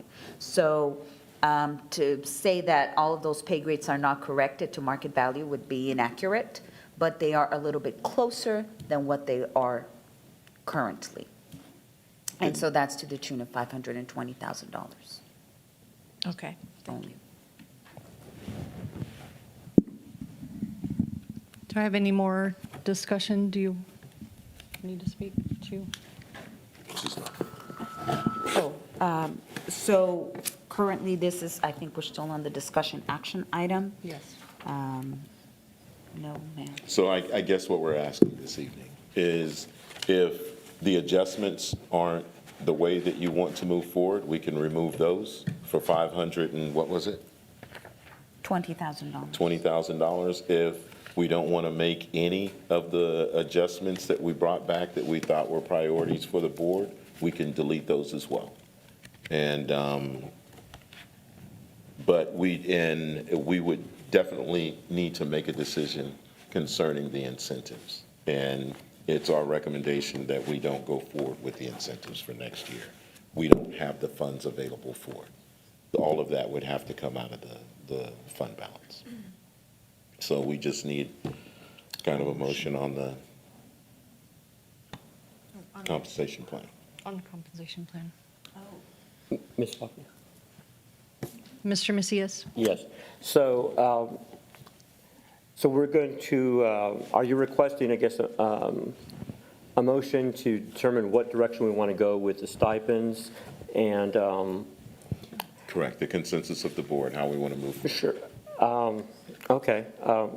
Like I said, last meeting, we did take out the Wagner feeder pattern stipend. Yes. We did take out the testing stipend for administrators, is that correct? Let me help you. How much was for the Wagner feeder pattern? How much would that come to? Wagner feeder pattern, $643,500. So that would be $643,000, like, then added on to the projected deficit for next year. And then for, do we have the testing? 75,000. 75,000. Okay. And that's the stipend? That's a stipend, that not would the be incentive. the stipends. Added back in, and that would be an approximate, are you guys adding this up? Approximately $725,000. Okay.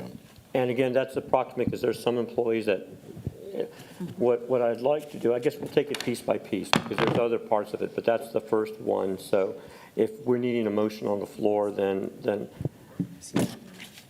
I'll make the motion to move to Read it out, what you want us to do, and then we'll add it up. reinstate and grandfather the Wagner feeder pattern. Those are two different things. I'm You sorry? want to reinstate it for going in the future, or you just want to grandfather the people who are already getting it? Yes, I want to grandfather. So just grandfather? Excellent. Yeah, just right? grandfather. Okay. Just Because grandfather. reinstate would mean people we hired Right, next year right, would right. get it. Well, right now it's So I just wanna removed. clarify. So I Yes. wanted to put it back in, so that's why I said reinstate, but, So all right, then grandfather. I just say, I move that we grandfather the Understood. Wagner feeder pattern. Yes, sir. Stipend and the testing stipend, what was that? Yes, sir. Testing coordinator stipend Yes, sir. For an approximate cost of for $725,000. an approximate cost of $725,000. Yes, sir. 725,000. That's what they said was the approximate cost. I mean, that's not the numbers. This is just for the Wagner feeder pattern. The Wagner feeder pattern. $725,000. We were given 475,000 for teachers. Instructional aid was 70,000 for that, for the Wagner feeder pattern. But you also have, Is there something? well, yeah, your nutrition workers, your testing coordinators, your custodians, right? Are we talking, yeah, we're talking But- every employee in the current. Within the Wagner feeder pattern, correct. This is all we voted out. That was voted out last time, was this. May I provide some clarification? Sure. So we have the Wagner feeder pattern at approximately 475,000 and 70,000 to instructional aides. Once you add all of the benefits to that, the final cost. Remember, when we talk without benefits, but remember that behind the scenes, we have to add somewhere between 16 to 19% for benefits. So that's an additional cost. So the Wagner retention incentive with benefits is $643,500. I just heard from my colleague that CTCs are $75,000. So about $650 plus $75,000, correct me if I'm wrong, $725? So for an approximate cost of $725 to be added to that total bottom line that you'll see in a little bit. And I do expect it will be less, but just for grandfathering and moving forward, the intent is to keep them intact Yes, for sir. our employees.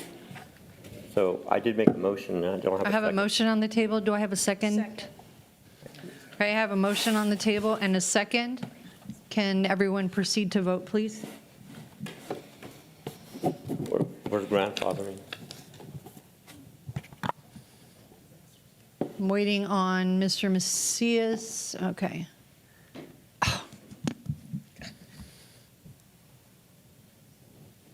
All right, motion passes. Yes, sir. And my only other point of clarification is that I was not interested in accepting the recommendation for the master's stipend at this time. I would like to, again, grandfather that, not maintain it completely. Do you need me to make a motion to grandfather that particular stipend? I think it would help to make separate motions, so we're very clear on exactly what the expectations of Guidance. the board are going. All right. That last motion was two things. Yes, Yes, ma'am. ma'am. Testing and Wagner feeder pattern. Yes, ma'am. Yes, what is So the cost for that the one? cost of the double masters currently is with benefits, $1,059,300. So we're paying $1 million in master's stipends? That sounds high. That's not what you told us last time. You said it was 300,000. When you said 300 people at $1,000, you said 300 people were But it's getting not the double $1,000, at ma'am. It's $1,000. $3,000. Because that's what we're talking about, is a difference of Times the 1,000. 1,500. Are you doing the 1,500? So, again, it's 321 teachers, Okay. each one of them receiving $3,000 plus benefits. Yes. Can you please double check the? Oh, but they're already getting the 1,500 the first time. We're just talking about the increased cost 1,000. to give them double. But I'd like to. Okay. So That's not. I'm providing you the cost of that, Sure. of that stipend. That's the cost that we're currently paying out now. Now, that incentive, that stipend was not removed.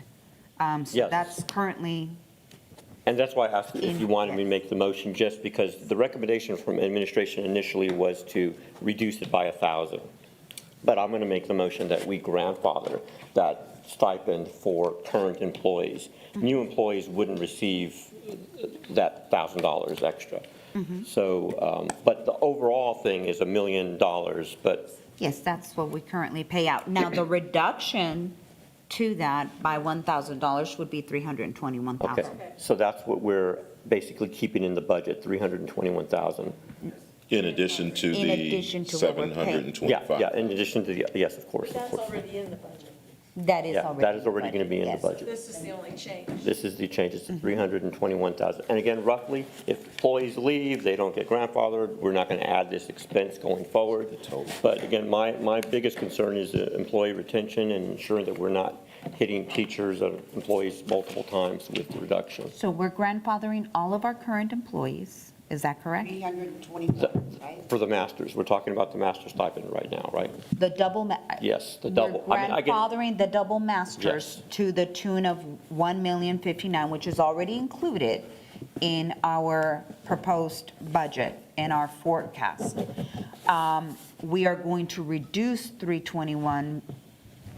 No, we're not. Yeah, we're going to keep, that's Because we're gonna basically keep what it. it's costing. The cost for this motion is 321,000, because if we don't take the recommendation, that's what's going to stay in the budget. That's correct. So that 321 is 46. It's in the budget, yeah. Okay. Okay. So with that, again, I know I've spoken to numerous teachers that stipend does make a difference from them being here, and that it would equate to a significant loss. 125,000. Yeah.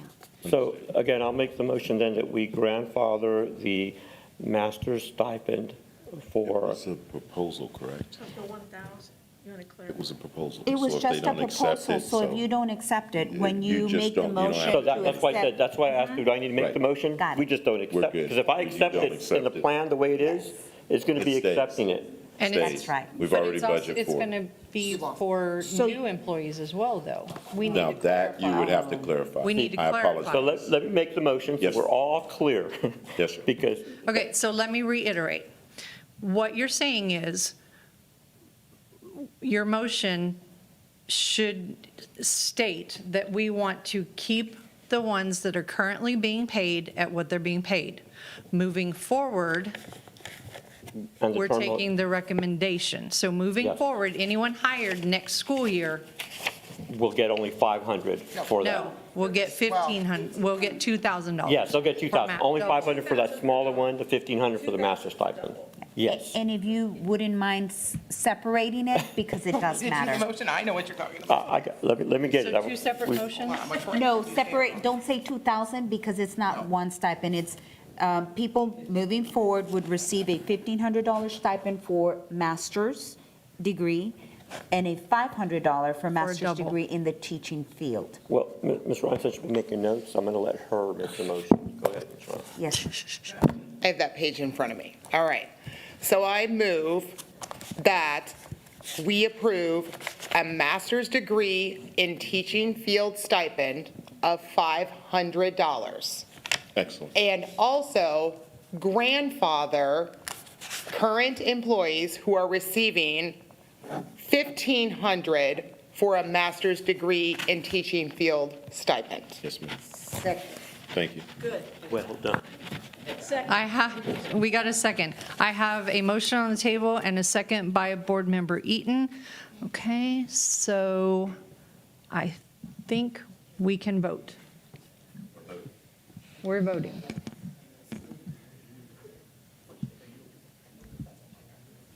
Okay, motion passes for us to grandfather those who currently have the double masters of 1,500 each. 1,500 for each master's degree. Moving forward next year, it will be 15 plus the 500. Yes, ma'am. Thank you. You're welcome. Okay. There is still the motion on the table to approve amendments to the police chief, strength and conditioning coordinator, Okay, and that, special education aides. so do you want that outlined or just recommendations in the compensation plan? How do you want that? I think it I needs to think be, at this point in time, it would help if you outline and be a little bit specific. Okay. Okay, well, let's take a look. And again, this isn't unusual. I remember the days we used to have like 30 different motions that we Yes. made. Yes. So it is not like No. highly unusual to do this. This It brings, helps provide clarification. it certainly does. I have it up if you want me to make the motion again. The compensation changes. So I want to just make sure for the strength and conditioning, what motion are you asking us to make? Because I see a line through it, but I want to be clear. Strength and conditioning coordinators from the teaching scale Go to the 304. at 226 days to the 502 pay grade at 216 days. What change in salary does that make between those two? We really, I Well, don't, can't, but hold on. Okay, I Stop, got it. everybody pause. I got it. Because if we start talking about specifics, am I correct? Especially since we only have We're one? not naming any individuals, but Police chief. we're close to the edge. But I mean, we're Right, just we talking about cannot- a group of employees. We cannot haven't identified. isolate- Now, if we were to start talking about, because they're so limited and because of the specificity Right. of the answer of your question. Right. We would kind of give away who we're talking Right. about. So We're about I'd to like. vote on them anyway. But you have. What we're voting you on is have whether or to- not you want to keep a non-teaching person in the teaching field or move them to the 500 scale. To the where suggested they're in a place. scale where you're not in a teaching field. Because currently, they're in the teaching field, getting a stipend, and they're not teaching. If you want to keep them there, I mean, we can do that. No, I'll go ahead and make that motion to, and if we're reclassifying them to the 502, great. Right. So I move that we reclassify the strength and conditioning coaches to 502. Second. And you're changing their days, right? Yes, and their days are From changed. 226 to 216. Do I need to put that in the motion as well? Probably.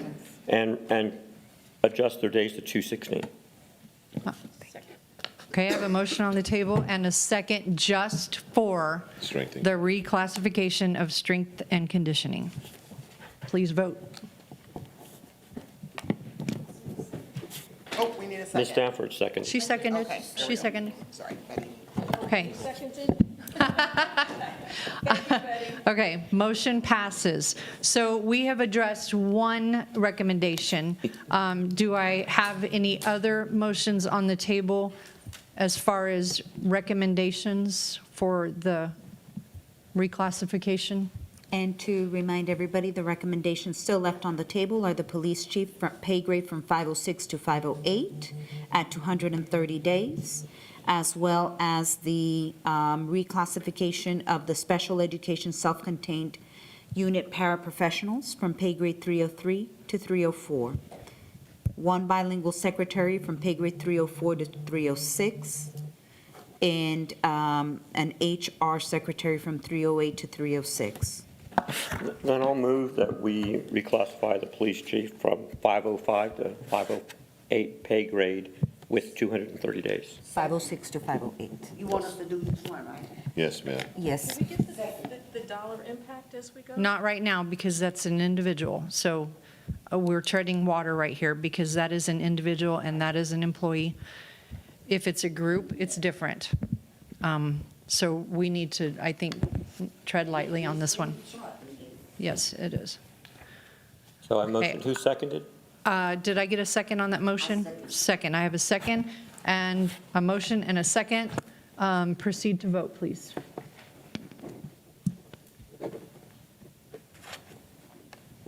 Okay, motion passes.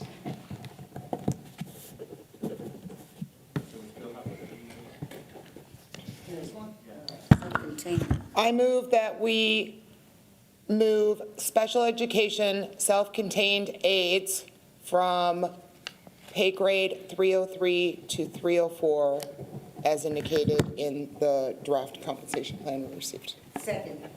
Okay, I have a motion on the table and a second to reclassify and move the unit special education assistants. Please proceed to vote. Motion passes. Any other motions on the table? We have one or two. I move that we move the secretary and ESL bilingual from 304 to 306 and the HR secretary from 308 to 306 at 226 days. Second. I have a motion on the table and a second. Please proceed to vote. Okay, motion carries. All right. Do we have any other? Incentives. Okay. I just want to be clear that we know which way the board wants us to move forward. But if they're not on there, okay, so I'll entertain a motion. They're not, I'll entertain a motion about incentives. May I ask that, that we need to see the numbers on that? I think what the cost would officially be for incentives. If we were to bring back the Yeah, incentives this the is a same way we did retention. last time. Yes, it because would again, be we still have a couple of more budget opportunities at our regular meeting and on our budget meeting. Right, on the 25th, do we have a 25th budget meeting, or am I seeing that? That'll be the hearing. Okay, at a hearing. Yeah. So at least we have And the the next approval meeting of the board. on the 20th then to, are we going to look at it? 25th. We don't have a Meeting on 20th the meeting? 20th? No, we moved. No, there isn't. Right. I'll be here on the 20th. No. Okay, well then on the 25th then, so we can look at it at that time. I just need to see what the numbers would look like projected for. You guys do the numbers like per employee, but we know that not all the employees are going to be coming back. So I don't know if we can get a more accurate number of what that expense We might have the look like. budget for the actual positions. We do have, so the payout was 15 million this year. No, I'm talking about incentives as Ms. Stanford had proposed for 500. Oh, well, we were talking about the incentives that were in, but we want to be clear, though. Yeah, We yeah, need to clarify that. Of course, of Because course. that was the concern, so. Yeah, I I'm mean, looking for the board to give us direction. I would be okay with looking at 500. I mean, I'm really cautious because again, the added expenses to our deficit budget, I'm a little concerned with, but I want to at least look at it. And in good faith with my community and with those employees I've spoken to, I want to make sure we're looking at the numbers and seeing what type of impact that would have. So we wouldn't have to make the motion today. I just would want to see the information before we did I something. want to be clear on the board's direction towards last year's incentives and whether we move forward with next year based on this year's incentives. The 15 million.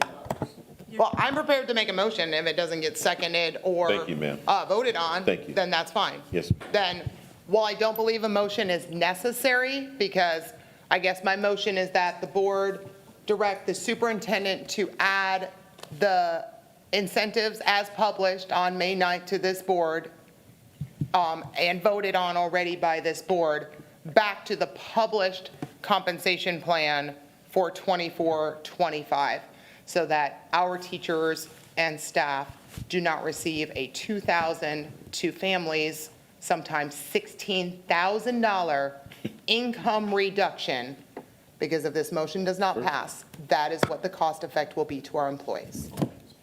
A motion on the table. Do I have a second? May I make? Hold on. Hold on. Yes. Any second? Hold on.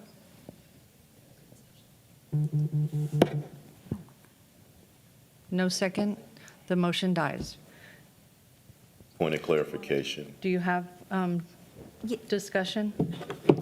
We just wanted to make a point of clarification that the incentive, as it's written on the comp plan, says the payout was June 2024. So there was no additional payouts indicated in the comp plan for that incentive. So to say that there's the impression that there would be a payout on incentive next year is inaccurate. Okay, I'm letting you know the impression of at least one board member who read our entire board packet for that meeting, it was in there, and so that is my impression. So what you intended is irrelevant. I am telling you what was in the document I received and incentives were in there. So telling me I misinterpreted a written document is pretty condescending and disrespectful to me. Okay, do I we read have- my board book. the So motion died. The Do motion we died have though, so anything- the public has seen it and we're Any good. other discussion on this item? Okay, moving on. Go ahead. Just for, again, trying to just bring some balance to this. I don't, and I am another board member on this board. I never once thought we were going to do major incentives. And so I want to say I was clear to everyone, and we were all clear about what that looked like. So, but again, I can appreciate where Ms. Ryan's coming from, but this is just not that year for incentives. But just want to say I was clear and I understood. Thank you. Well, for that much incentives. Okay. We're still going to look at some numbers for incentives. They're not We are on the prepared to table. receive any recommendation that you have, even if you were to do it right now. I'm sorry, what was it? We're prepared to receive any recommendations the board has on incentives, even if they chose to do it right now. She knows what she wants to propose. I move that the board approve a $500 payout if the money is available in November. A one-time incentive? One for time. next year only? For next year only, Is that for teachers or all? for all employees, Okay. if the money is available as determined by the budget At what time? in November for a payout in December.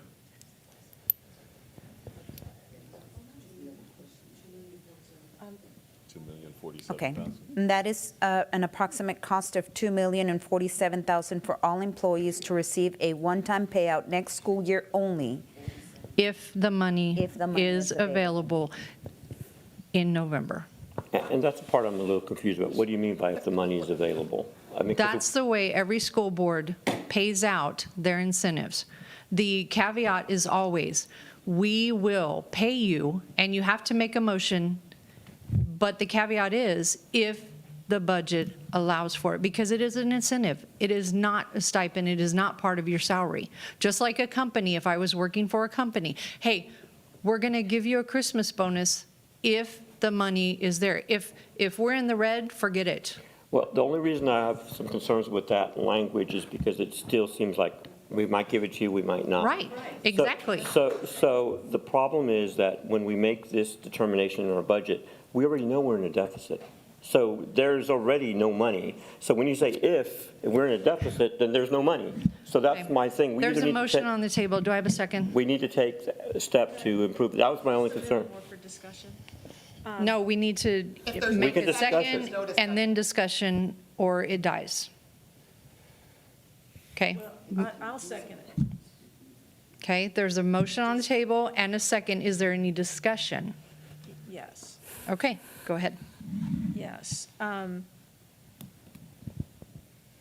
So part of our discussion today was going to include the request for us to find more efficiencies, Dr. Fields. So for some of the things that we're going to be discussing shortly, part of my request is that you continue to look for efficiencies in our programs and in every way you can, so that hopefully we are reducing our deficit as we go. We're not just living with it. We've been doing that since. the So we'll start of the continue to year. do that, which might allow us to find or create or have or free up the money for the November. Our goal is to do that the entire time for next year. Every month. As options come up, we're going to adjust like we've done since the closing of this year. Would you guys agree that we made some decisions that saved a lot of money as we went into the Plus, we close of have a this new year? CFO. So Correct. And You're he's really looking good at this, any way right? to do that. But I just don't want to put a price to it. I know that we're going to be looking for it as we move through the entire year. Well, especially with an eye to our desire to create the ability to pay an incentive.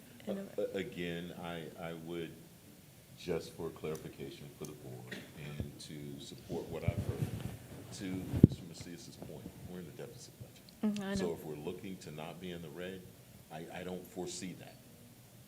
If we're saying that we're making a stand and an obligation to pay that amount of money as we move forward, then we will plan for that in our budget.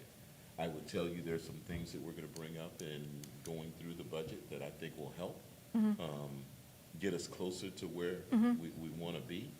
But once you guys make the decision, we're prepared to move forward. Okay. But to Ms. Faulkner's statement, I don't see us being in the black going into next year. We're going to be in the blue. That's our prediction. Well, we'll have a better picture by November, so I like the motion. Oh, I apologize, I wasn't on the whole time, I'm sorry. But if you heard what I was saying. Any more? Yeah. Seaton was next, I believe. Well, I couldn't I'm sorry. we can vote on incentives anytime, right? Yes. Yes. Okay. That's- Yes, ma'am, you can. Yeah. So that answers a good question. Yes, ma'am. Go ahead. I guess my only concern again is the language of the motion. I want this board to commit and not appear to be ambivalent about its feelings about if we're going to pay or not. Especially since Dr. Fields has already elaborated, we're at a deficit regardless. So technically, we could say we don't have the money. But we're going to be saying today, we're voting to give you an incentive, but we don't have money. We just need to make a decision and commit to, are we going to do it or not? And then just ride that out. So I'm still concerned with that language. I've made these motions 100 times for incentives, never had to include that language in the incentive. So I may not support this, and I will re-motion without that language, because the motion's already on the floor. You can amend the motion. I would like it to be cleaner. I don't know, because her motion already stipulates that if, I want to be clear that we will give money without seeming unsure we are. If I could, regardless of what motion's made and what amendments made, I would just say this, to be clear.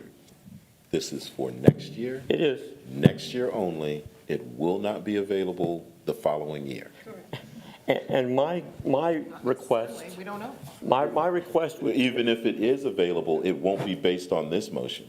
It'll be based on a new motion that you make Yes. for the following year. New comp plan. Yeah, that's what I expected for this year, but the expectation now is, it was last year, it'll be this year. I would actually encourage that we just wait and see the numbers for sure next budget before we vote on this, rather than vote on it. But if we have to pull the trigger, I'm willing to commit to it and support Ms. Stanford's suggestion of giving an incentive. We just need to really be cautious about how much more we want to add to our deficit. So I would just I heard you say, I heard the exact language when you went through the list of incentives that were paid out by year, and one of them did have that statement. Can you find that specific one? It says the retention incentive may be paid out in February if funding is available. That was written in that year's compensation plan. No, that's the dumbest thing.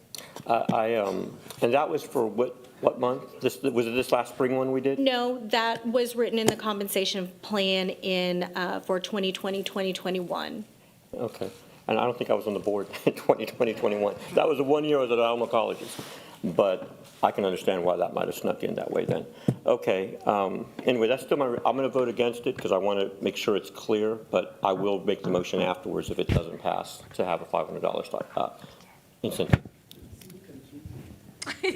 All I don't like, Ms. Eaton, and for any of my colleagues, the only thing I don't like is the language about if money is available.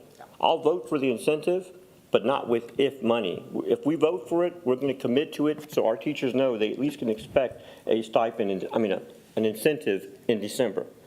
Saying if there's money just really leaves it, in my opinion, unsure. And that's why I'm not going to support this motion with that language in it. But I will support the incentive without that language in it.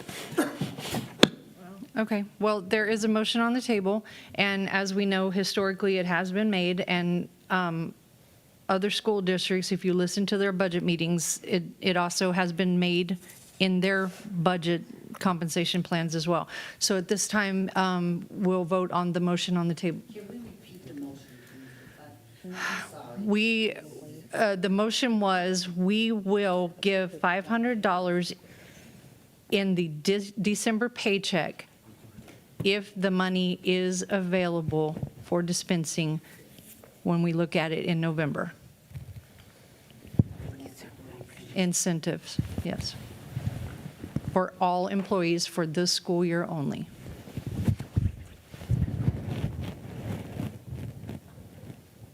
Okay, please vote.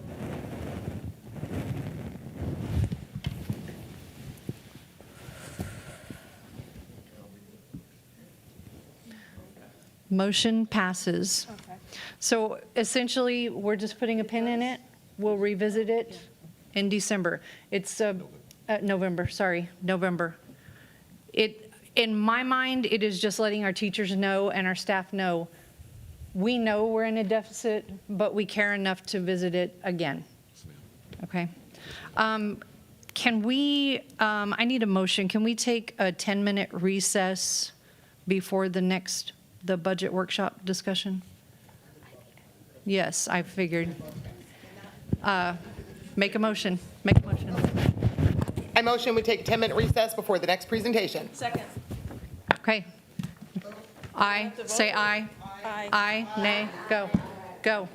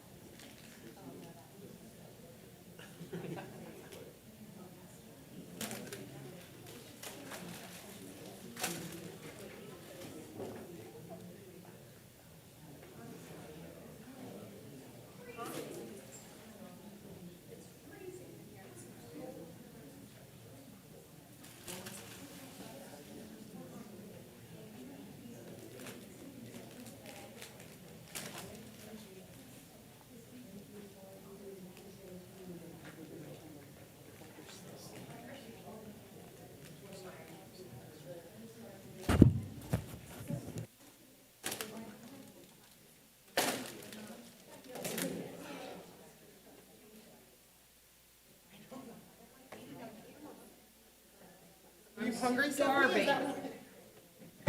I don't care.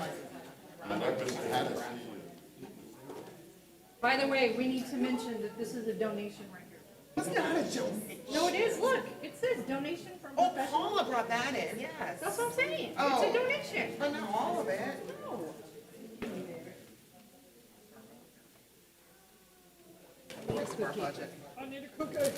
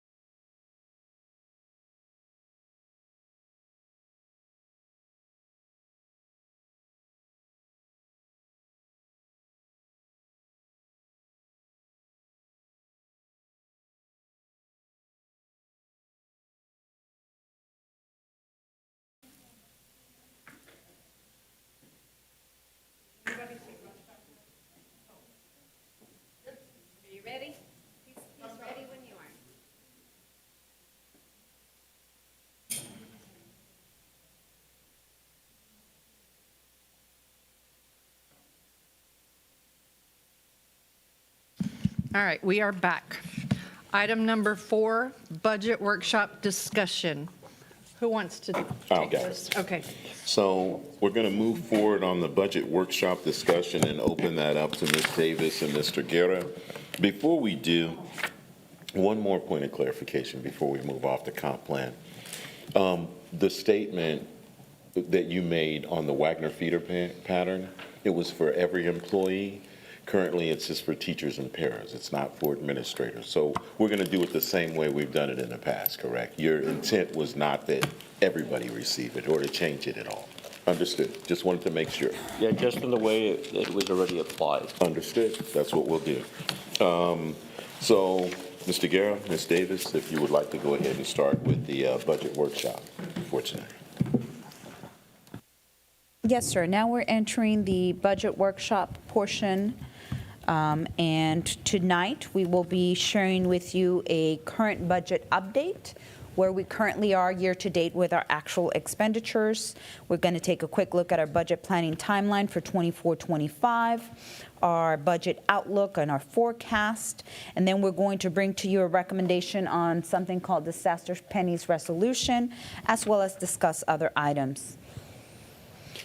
You could see that so far we are in our 4th budget workshop. Our very first one was on February 1st. We had another one in April 4th, May 9th, and we're currently presenting to you our June 6th budget workshop. By June 10th, we are required to publish a notice for our budget hearing. And we've already delivered it actually to our newspaper. If there should be any changes, we will make contact with them tonight. And then on June 25th, we have our scheduled public hearing and board meeting to approve the final budget amendments and approve the 24-25 budgets.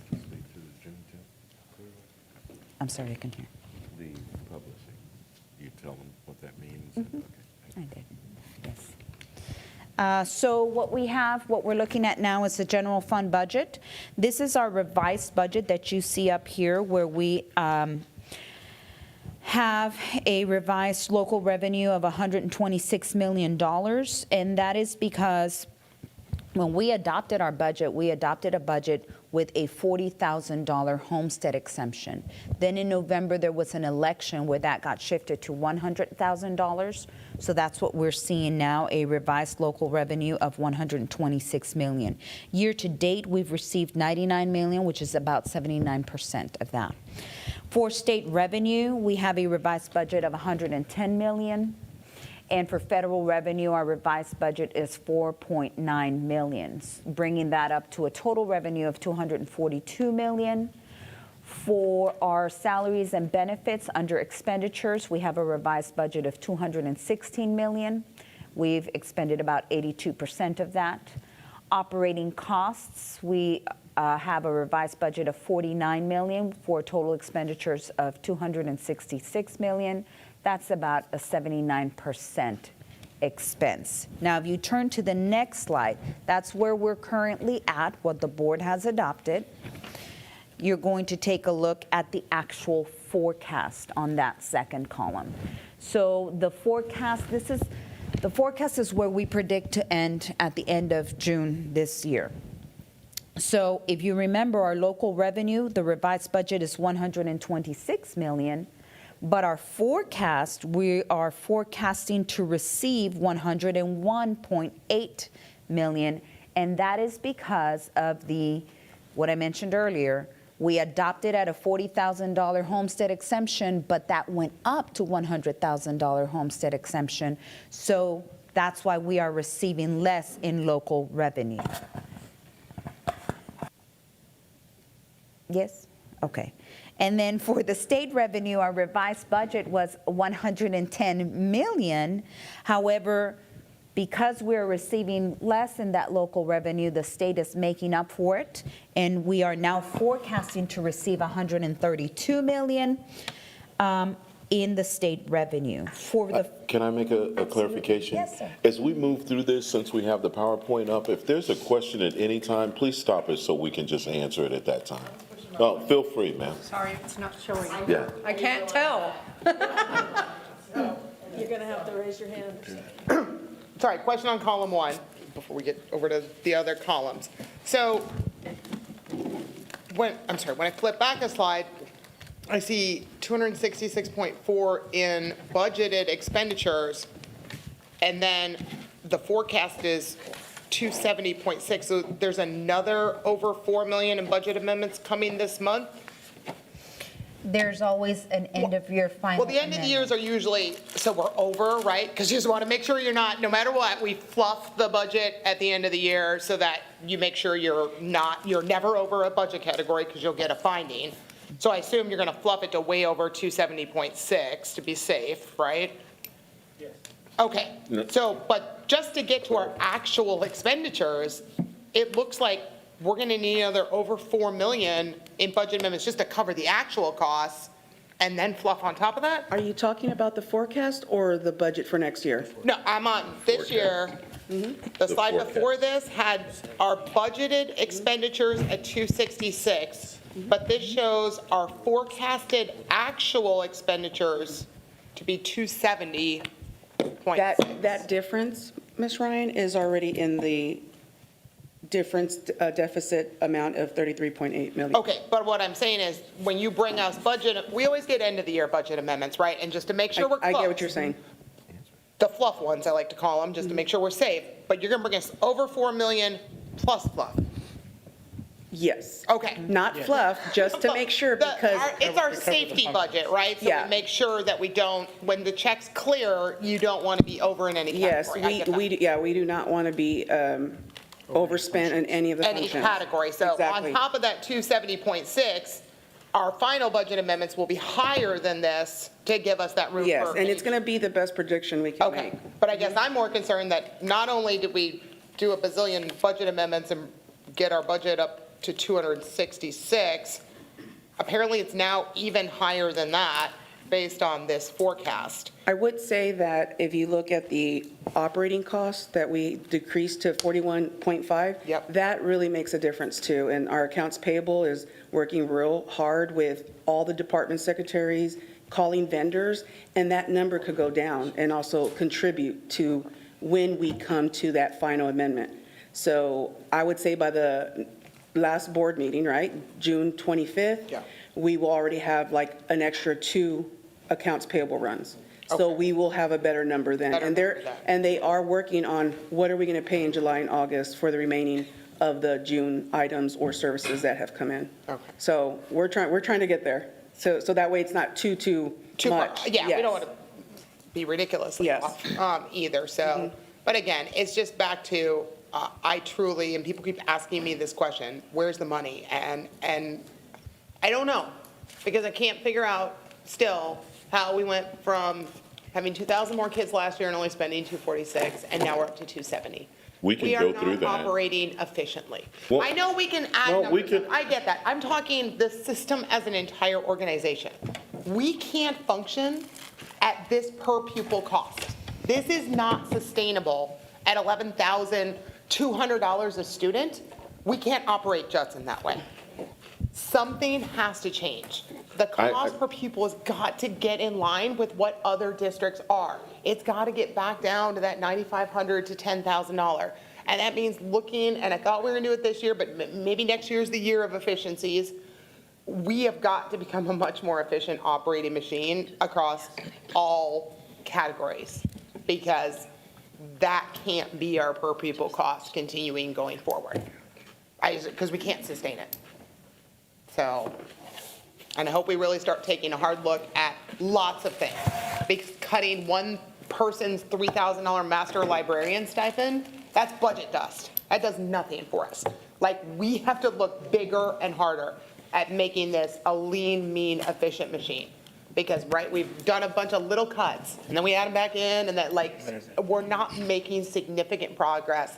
That has to be in the 5, 10, 20, $30 million ranges in order to get us to a place where we were operating before, and we need to be operating there again. So it's going to be a hard year coming up, But I know I'm committed to doing that work, and I hope the whole team is committed to, from the custodians to the bus drivers. There's great ideas everywhere in our district, right? Of how we can do things more efficiently. Let's listen to everyone, because I think we can do this better. Okay, let's move, okay, you have a question? Okay, go ahead. Okay. We had seen presentations from all the departments showing a 10% cut in their budgets. Yes, ma'am. Is that 10% cut reflected in here? Because the difference is only 300,000. Yes, it is. When we are talking about the campus and the department budgets, that's an operating cost. If you take a look at the previous slide, that operating cost is at 49.7 in the revised budget. This is what the board has approved. And you can see that we're forecasting to reduce that by the end of this month to 41.5. What we've been doing is, Ms. Amanda has already stated, accounts payable's been working with departments, closing POs. Yes, thank you. Yeah. Okay, I see Yes, that. ma'am. Okay, thank you. You're welcome. So the revenue, oh, yes. I have a comment. I just wait for an opportunity. So again, I just want to echo, just again, things are said, and I want to make sure I follow them up. I think that we're all being efficient. In fact, my entire tenure on this board has been about being efficient. Every superintendent I've worked with, every cabinet member is about being efficient. We would need to take a study on what our area districts are paying and what that looks like. We have some expensive programs like JECA and our JSTEM, and these are programs I will fight to defend to ensure that we keep them. They are yielding the outcomes that we're looking for. So I just want to, again, kind of speak that out for those that are listening, that there is always opportunity to save and be more efficient, but there's also a reason to spend money on programs that are making an impact in our community, and those programs do. So when we look at our budget here and we're seeing our expenditures and revenue, we know there's wiggle room within them. It is hard because 90% of our revenue is tied up in personnel. Period. And so you're dealing with 10% or less that's dealt in operations. So when we're looking for efficiency, maybe we're just not being paid by the state enough to really maintain what we need to be at optimal, because that's always been an issue. And I digress. But bottom line is, I think you and your cabinet have been looking for those efficiencies. I, again, applaud that we have our CFO now on staff so that we can continue to really evaluate what best paths to go forward. And as Ms. Ryan stated, and I agree with, just listening to our employees who have ideas. I know you have with the teacher task force, but let's just get them implemented as we go forward. But I just feel like the rebuttal was there, because I don't like it to just stay in there and make it seem like the only narrative is that we're not efficient or we're not trying to be efficient. I appreciate that, Mr. Macias. I would like clarification from the finance team as to exactly what our percentage is in terms of salaries and benefits for the district of our overall budget. So I'll just say a couple things if I can before. I just want the percentage for salaries and benefits in the overall budget. Oh, percentage of salary. 97. I'm sorry? It's 97. 97. We're Please operating verify. the district on 3%. No, that's not, that's the salary to our revenue. That's not our salary to our budget. Our salary portion of our expenses is 229 out of 270, which is 84.66%. That's the forecast. I'm speaking about the revised budget. So, but we can calculate it right now. About 88%. That's not enough. About 88% of payroll. Of budget, and then when we look at actuals with our forecast, we're probably closer to 85, 88% of right? our total budget, expenditure budget is in salaries and benefits. Okay. 88 Yes. of the total budget. Yes. Your Of the 97% total is- budget. Right. Your That's salaries and 97% is benefits. accurate when comparing it to salaries projected. So that's quite a bit. Absolutely. That's on the high end. What's standard or average? 80, between 80 and 83. Yes. Yes, absolutely. Do I continue? Go ahead, Mr. Guerra. I was just going to say, I know, I've just got here, but it's not unique to Judson to be like this. The basic allotment hasn't gone up in 5 years now. But as you know, inflation's gone almost at 28%. And as you know, we're paid per child per day, so if we lose kids, we're actually making less revenue as a district than we were last year, 2 years ago, 3 years ago. So as we continue to give raises and costs continue to go up, we're in that predicament where we have not made new revenue. So we're trying to stretch the dollars that we have as a district, and that's why we're in a deficit. I mean, I have friends that are adopting well over $100 million deficits. It doesn't make it right for us, but it's just saying that's the predicament we're in. And like I said, I'm here now, so we'll start looking at everything. We're going to work as a team collaboratively. I was impressed with the staff of how hard they work, what they know, their knowledge. Everybody's committed. I didn't see anybody that I've had a bad impression of going out, meeting everybody in the 2 days I've been here, 3 days now. So I know, I give you my word, we're going to look at everything, not just monthly, but from day one throughout the entire year. And we'll watch every expenditure. We'll watch every staff member that's here. We'll evaluate programs with, when we get to speak with cabinet and stuff. So we'll watch everything we can to make sure we can get this turned around. And that's what I can commit to y'all. Thank you. So where are we at on the general fund? So we were looking at the revenue versus expenditures, which is a $33 million deficit, with our estimated total fund balance ending up at $89,865,000. When we are looking at the base budget for next year, our local revenue is $104 million. Our state revenue, we are predicting $128 million, because at this point in time, we already know what that homestead exemption is. You can see a federal revenue back up to $4 million for a total revenue of $236, which is somewhat similar to the revenue that we are forecasting this year. And then for our expenditures in our base budget, you see $227.4 million.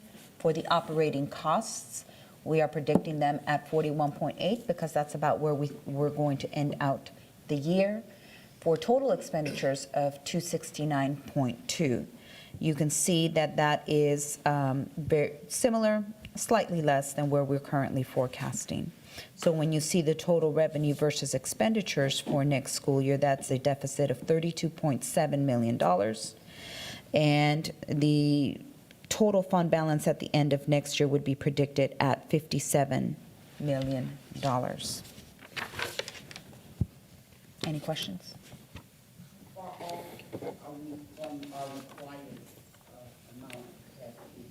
The 3-month reserve? There's no requirement. The TEA recommends 2, and a good recommendation is 3 months. After this, we'll be just under, or just over the fund balance, so we'll still be within 3 months of secure fund balance. So even after, if worst case scenario, like I said, the 2 budgets are as they speak, at the end of this next fiscal year, we'll still be above 3 months. Anyone else? Proceed. Go ahead. Okay. So we're taking a look at the child nutrition budget at 2024 revised budget. You can see the total revenue there is $21.2 million and a total expenditure of $25. If you recall from previous budget workshops, that's because there's a required spend down plan that they have, as the child nutrition budget is not allowed to have an excess fund balance, and that's why you see that difference there. You see the year-to-date expenditures to the right. When we're taking a look at the revised budget versus where we predict we will end at this year, you see that $2 million deficit. Again, part of that spend down plan, part of that requirement, so that their fund balance is not too high because they have different restrictions. That's your child nutrition budget. And then we move over to our debt service budget. The debt service for 2024 revised budget is $55.9 million. The expenditures are $55.9. Year to date, we have expended $56 million. Year to date, at the bottom, the expenditures is, the revenue, I'm sorry, is 56, with the expenditures at 52 million. And so we have our debt service when you're taking a look at your revised and your forecast. So I'm going to go to the forecast section. Total revenue, we are predicting to receive 59 million with a forecast of 52.9, which includes the defeasance that we recently paid to the tune of $2 million. And I'm going to have our new CFO, Larry, take over from here. Thank you. So, as you know, like I just said, we're in a deficit budget, and, just kind of broad picture, the only way to get out of a deficit is either you reduce your expenses or you raise your revenues. So, as you know, we had the big hailstorms and winter storms that came in, so Governor Abbott made a disaster declaration proclamation, and he included Bexar County in that. And when that happens, it offers the opportunity for districts to apply for what they call disaster pennies, and that allows us to make a recommendation to the board and y'all to approve, they're for 1 year, these disaster pennies. So the disaster pennies are added to our M&O rate, and they bring in additional income to the district. So we kind of looked at things, we thought if we asked for 3.5 pennies, that we get that yield from the state, it'll influx about $12 million into the district of money for a year. So, like I said, it's a good opportunity for us, and again, they're temporary. They're something that we can do as a district. If you want to go to the next slide, I'll show you our current tax rate. Sure. Yes, ma'am, of course. Okay. So I spent some time researching this after we talked yesterday, and I looked up, the TASBO guidance, the TA guidance, and everything on that, and read the code. So it looks like there's 3 tests within the code for this, which is, the first one says, increased expenditure due to a disaster. So I think the concern from yesterday is none of our schools got hit by a tornado. We didn't really have any expenditures related to flooding per se, or the flooding event, right? Because that's like the first test in the code, is you have to have expenditures related to a disaster. And we couldn't articulate really any of those, that we've incurred any expenditures due to the flooding in May. Chillers going out from the heat. No, drought and heat is not one of the criteria in the code. It has to I be would just flood say, or tornado. I understand your understanding, Ms. Ryan. This is what was reported to us by our legal representatives, that we were available for this. If the board doesn't want to move forward with it, we don't have to, but we've been assured to our legal team from Moat Casey and our legal team that we were able to move forward with this, correct? That's correct. And we do have some expenses that we've given to our legal team and asked, does this qualify? Can we use this? Even, man hours. We had to send people out to go look at roofs, to go look at buildings, to go look at windows, to see if there was hail damage or flood damage. They came in on weekends. They came in on a Sunday to look, and all that qualifies. There's no dollar amount threshold as long as you had expenditures toward that. So we're getting stuff together with our maintenance and operations department, and we can put something in a board memo to the superintendent that can give it to y'all, so you can see the expenditure that were directly related to what this winter hailstorm. Okay, because I haven't found another district that has done this so far yet, and we've had lots of disasters and things like that.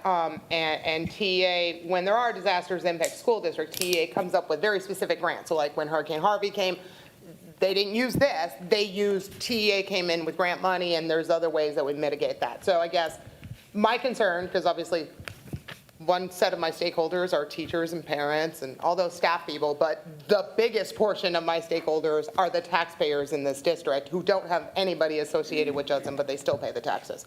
So when I see that you're supposed to have an increased expenditure that is impacting your school district, and that your county even has federal disaster assistance, and I pulled all the stuff from FEMA today, and Bexar County has not received approval for FEMA. It's not a federal county. It's not on the federal county list, and there's no financial money coming from FEMA, specifically for Bexar County. There are some counties that have been approved.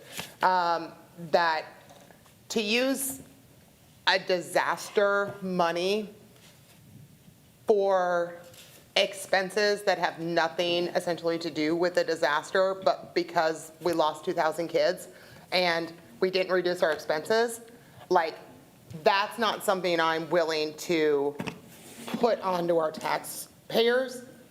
Using a loophole essentially in the code is how I think it's going to be viewed by the taxpayers, that allows this board to increase taxes. I know you're going to explain how we're going to one-for-one swap, so they're not going to see it till 10 years down the road.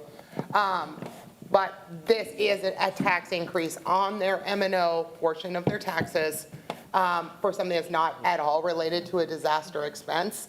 And that's not super fiscally responsible for, at least for my stakeholders, so. Okay. Hold on, Dr. Fields would like. You can go first, I mean. Sure. Obviously, I was in that same discussion yesterday with Ms. Ryan. And my perspective, again, would be that I think our taxpayers would thank the district for finding a way to address more of the issues in revenue. And if we qualify for these pennies, and you've legally determined through our legal advisors, then I'm confident that this is appropriate. And so right now, this is tough. I mean, we're in a tough environment. And so this will actually help sustain us for a year. I understand it is only for a year though, right? It's not compounded. So we still have to work through additional issues. But I see this really as a brilliant move because it will enable us to sustain ourselves a little bit better next year. And I trust that if we qualify, we qualify. So that's all I really want to kind of put out there. I will speak. So we did check with Los Gallegos. I need you guys to say yes or no when I get to those parts. And Yes, their Los lawyer Gallegos was the one Yes, sir, we did. who recommended this resolution, our legal representatives. In addition, Mo Casey was the one who told us and advised us of this. As we move forward, if this is something that we can't do, then we won't move forward with it. But if we're being advised that this is a way to increase revenue into the district in a way that we can take advantage, why would we ignore it? And this isn't a loophole, and this isn't us to try and find a way that we can do something we're not supposed to do. This is us trying to find efficiencies. And as we bring the efficiencies as we move forward, I would hope that they would be received like we're trying to find efficiencies, Well, not like again, we're trying to do something sinister. Yeah, I was going to say, I think if we have qualified expenditures, then it qualifies, right? And that's really what I think it states. We've been told by the legal team that Yeah. they were the ones who put it together. Now, it's a whole different story if we had no expenses and we're trying to do something like this, then that'd be a little crazy. But we do have valid reason, and I think this is a great opportunity, and I appreciate this coming forward. Mo Casey has advised us that many of their clients are looking at the same opportunity, so we are not an isolated case. Thank you so Thank you. much. Any other discussions so we can move on? So, Larry, go ahead. Okay. Yes, sir. So as you can see, our current tax rate, our total tax rate is $1.0346, and the projected tax compression due to House Bill 3 from 2019 shows our M&O rate going down to 0.667 from 0.6692. So what we decided to propose is that since we have, been aggressive in putting some of our debt into defeasance, we want to propose two tax rates, which you can see the proposed tax rate with no change would be $1.0326, which is actually lower than the current tax rate. So the taxpayer's rate would go down. And you can see with our M&O at the far right with 0.07220, that's our M&O rate with the 3.5 pennies that we're proposing. And we're proposing a rate of 33040 and our INS rate to give us the exact same 1.0326 for the total tax rate for next year. Are there any questions on it?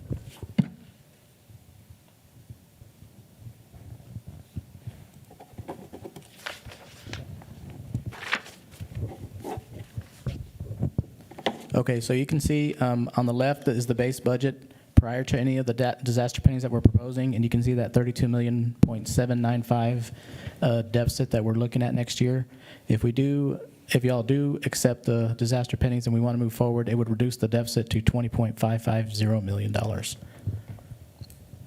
if you have any questions on that, I'll take them. I do have one question.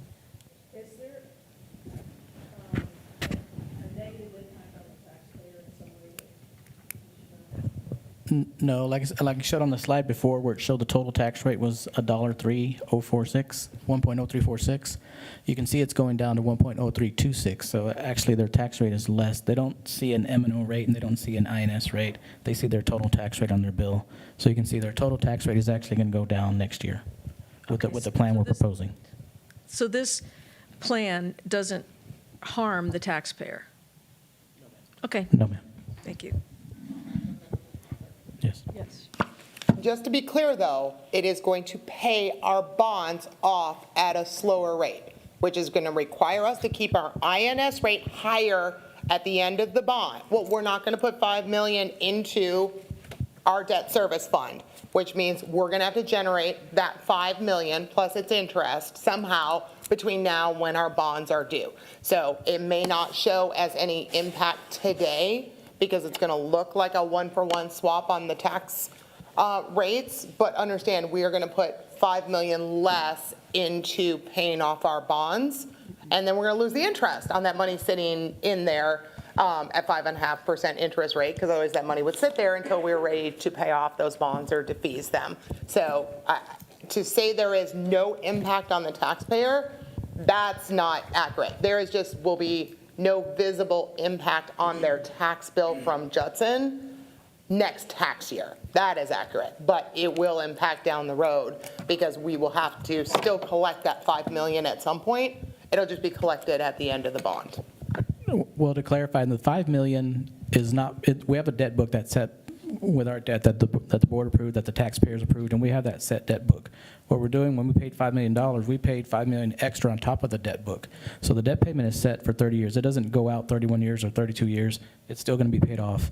What we've done the last 2 years is pay some defeasance, which allows us to pay that bond off early. So we're paying down the debt, but the debt book is set. It doesn't stretch out. It doesn't go further. It's just what we... Correct. It'll just limit our ability. We could defease $5 million more faster if we didn't do this plan.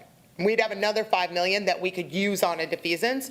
By not collecting this $5 million next year on the INS, it's just one less defeasance. It's less money toward a defeasance, is what I'm saying. But that doesn't extend. I think the Correct. No.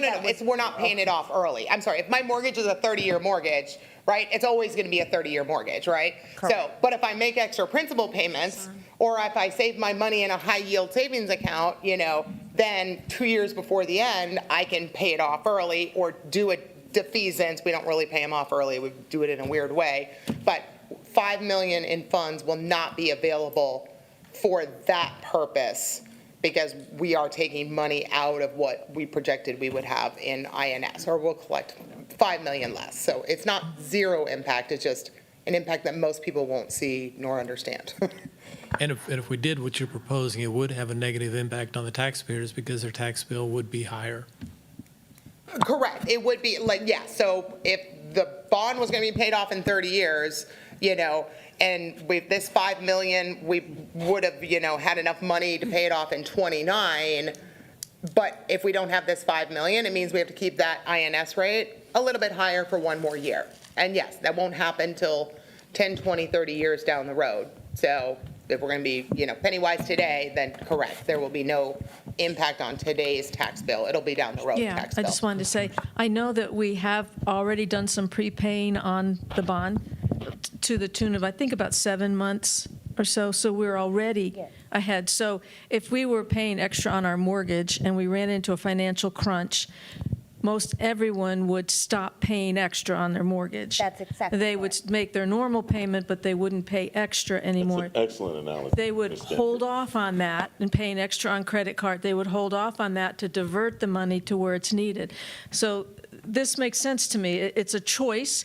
We could not do this and look for a benefit 10 years down the road, but we need this now.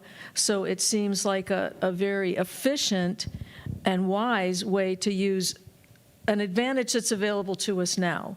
So I would certainly be in favor of doing this. It seems like wise money management to me without causing a lot of harm. And we're already ahead on our mortgage.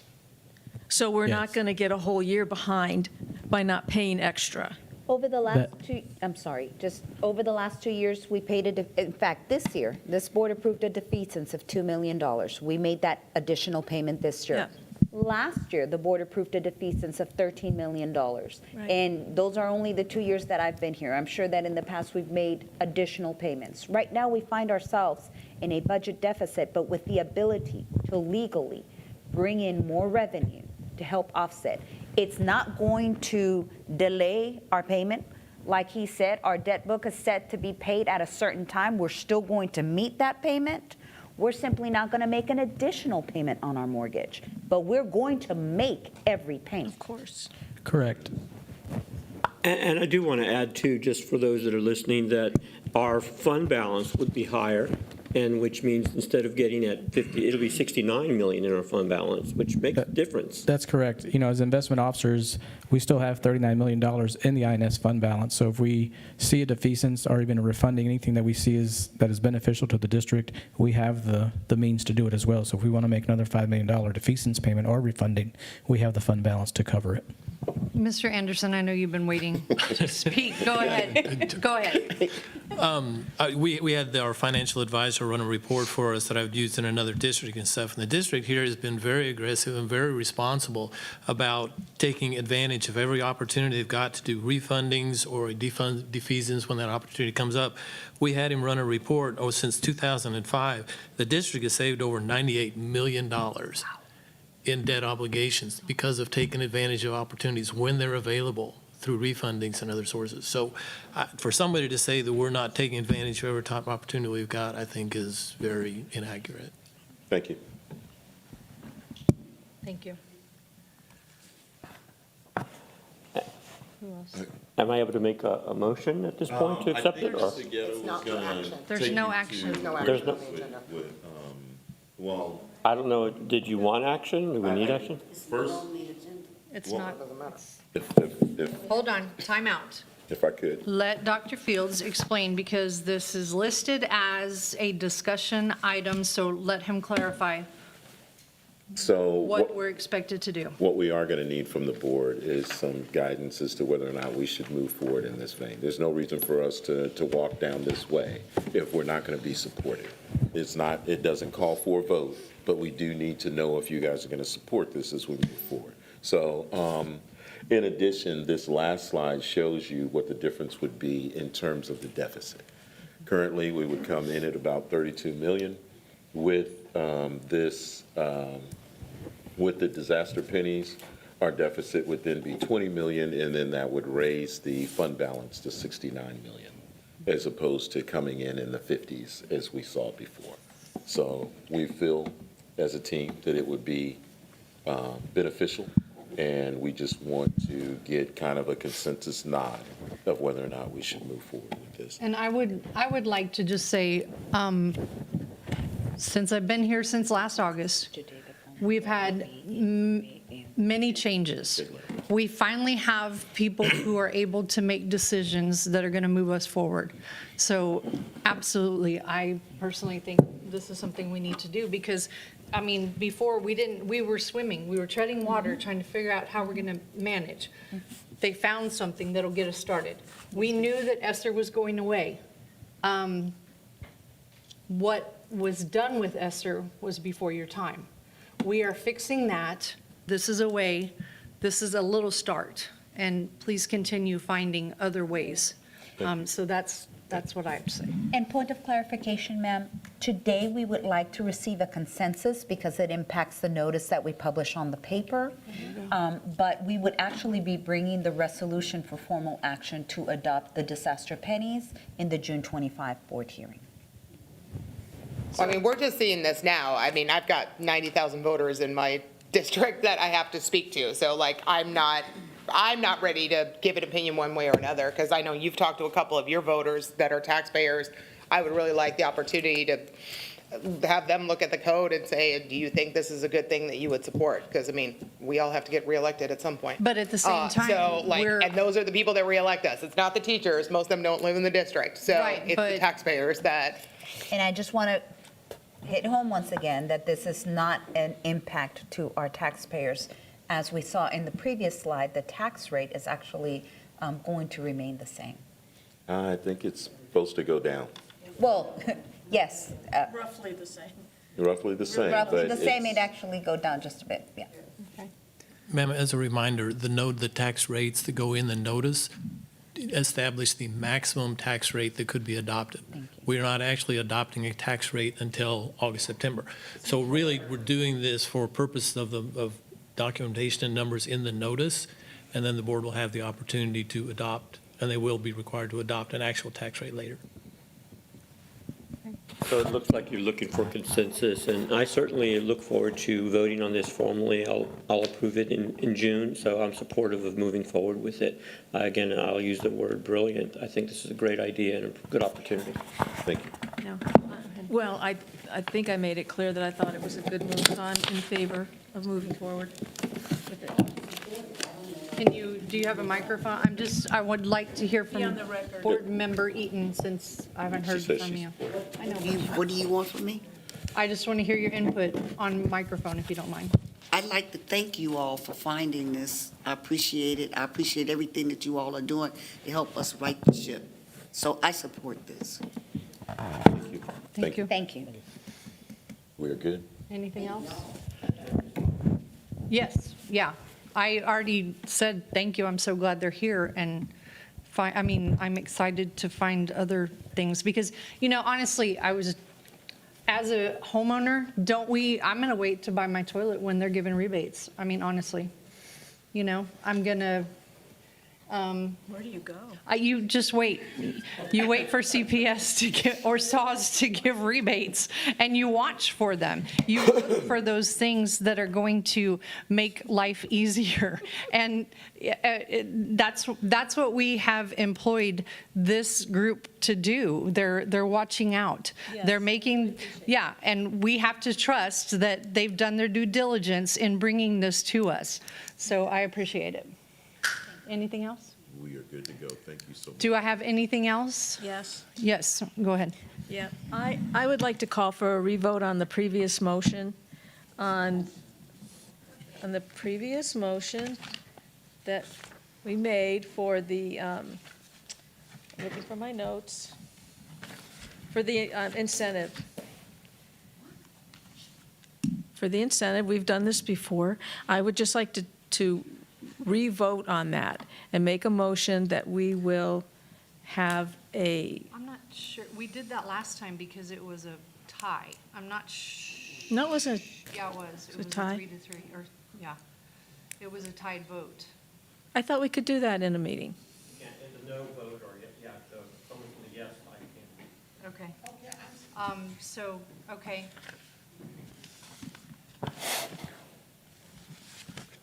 Mr. Macias, could you just remake the motion? Yeah, and the reason why is, again, I'll make the motion and then we'll have discussion. Can't find it. But the motion is to pay a $500 incentive in the fall, in December, for the 24-25 school year. Okay. Second. Now we can discuss it, because people are going to want to know why we're bringing the motion back. The reason why is because I mentioned earlier, I want our employees to feel that definitively they're going to get $500. I mentioned earlier on record voting no on it because I was not comfortable with the language "if we have money," because anybody looking at our budgets will say we don't have any money. So I feel, again, we need to be really straight with our teaching, our employee community, that we plan to give a $500 incentive. And so I just still feel that is the better way to go. I'd like to be on record voting yes for it rather than being no, because I do want our employees to have that incentive. And the only thing I'm not comfortable with was if we have money, because that just, to me, just didn't seem crystal clear.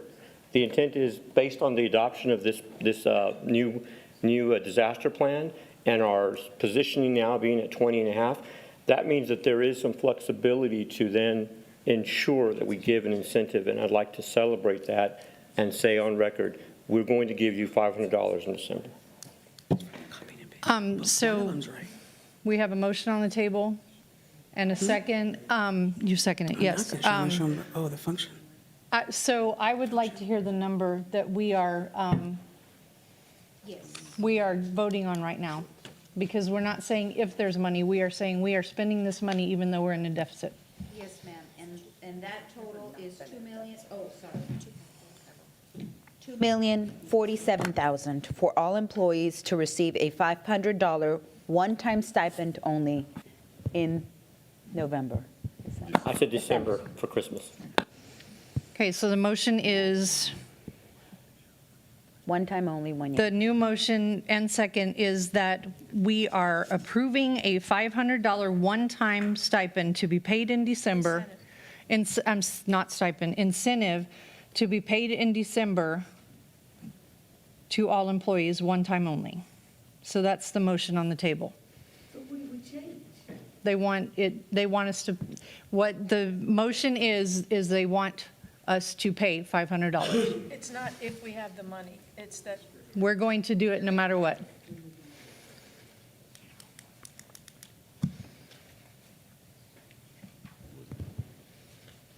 Okay, we have, go ahead, I'm sorry.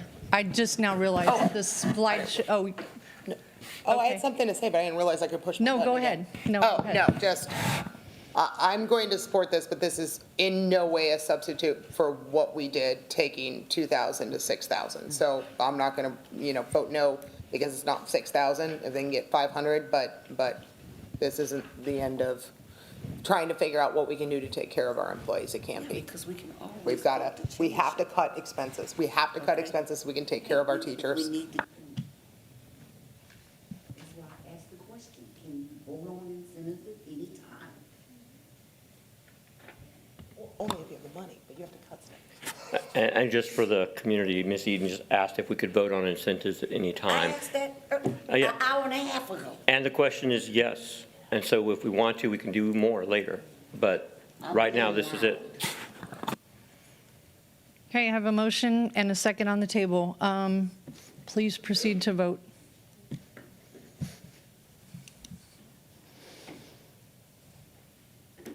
Okay, the new motion passes, so we will pay out $500 at December.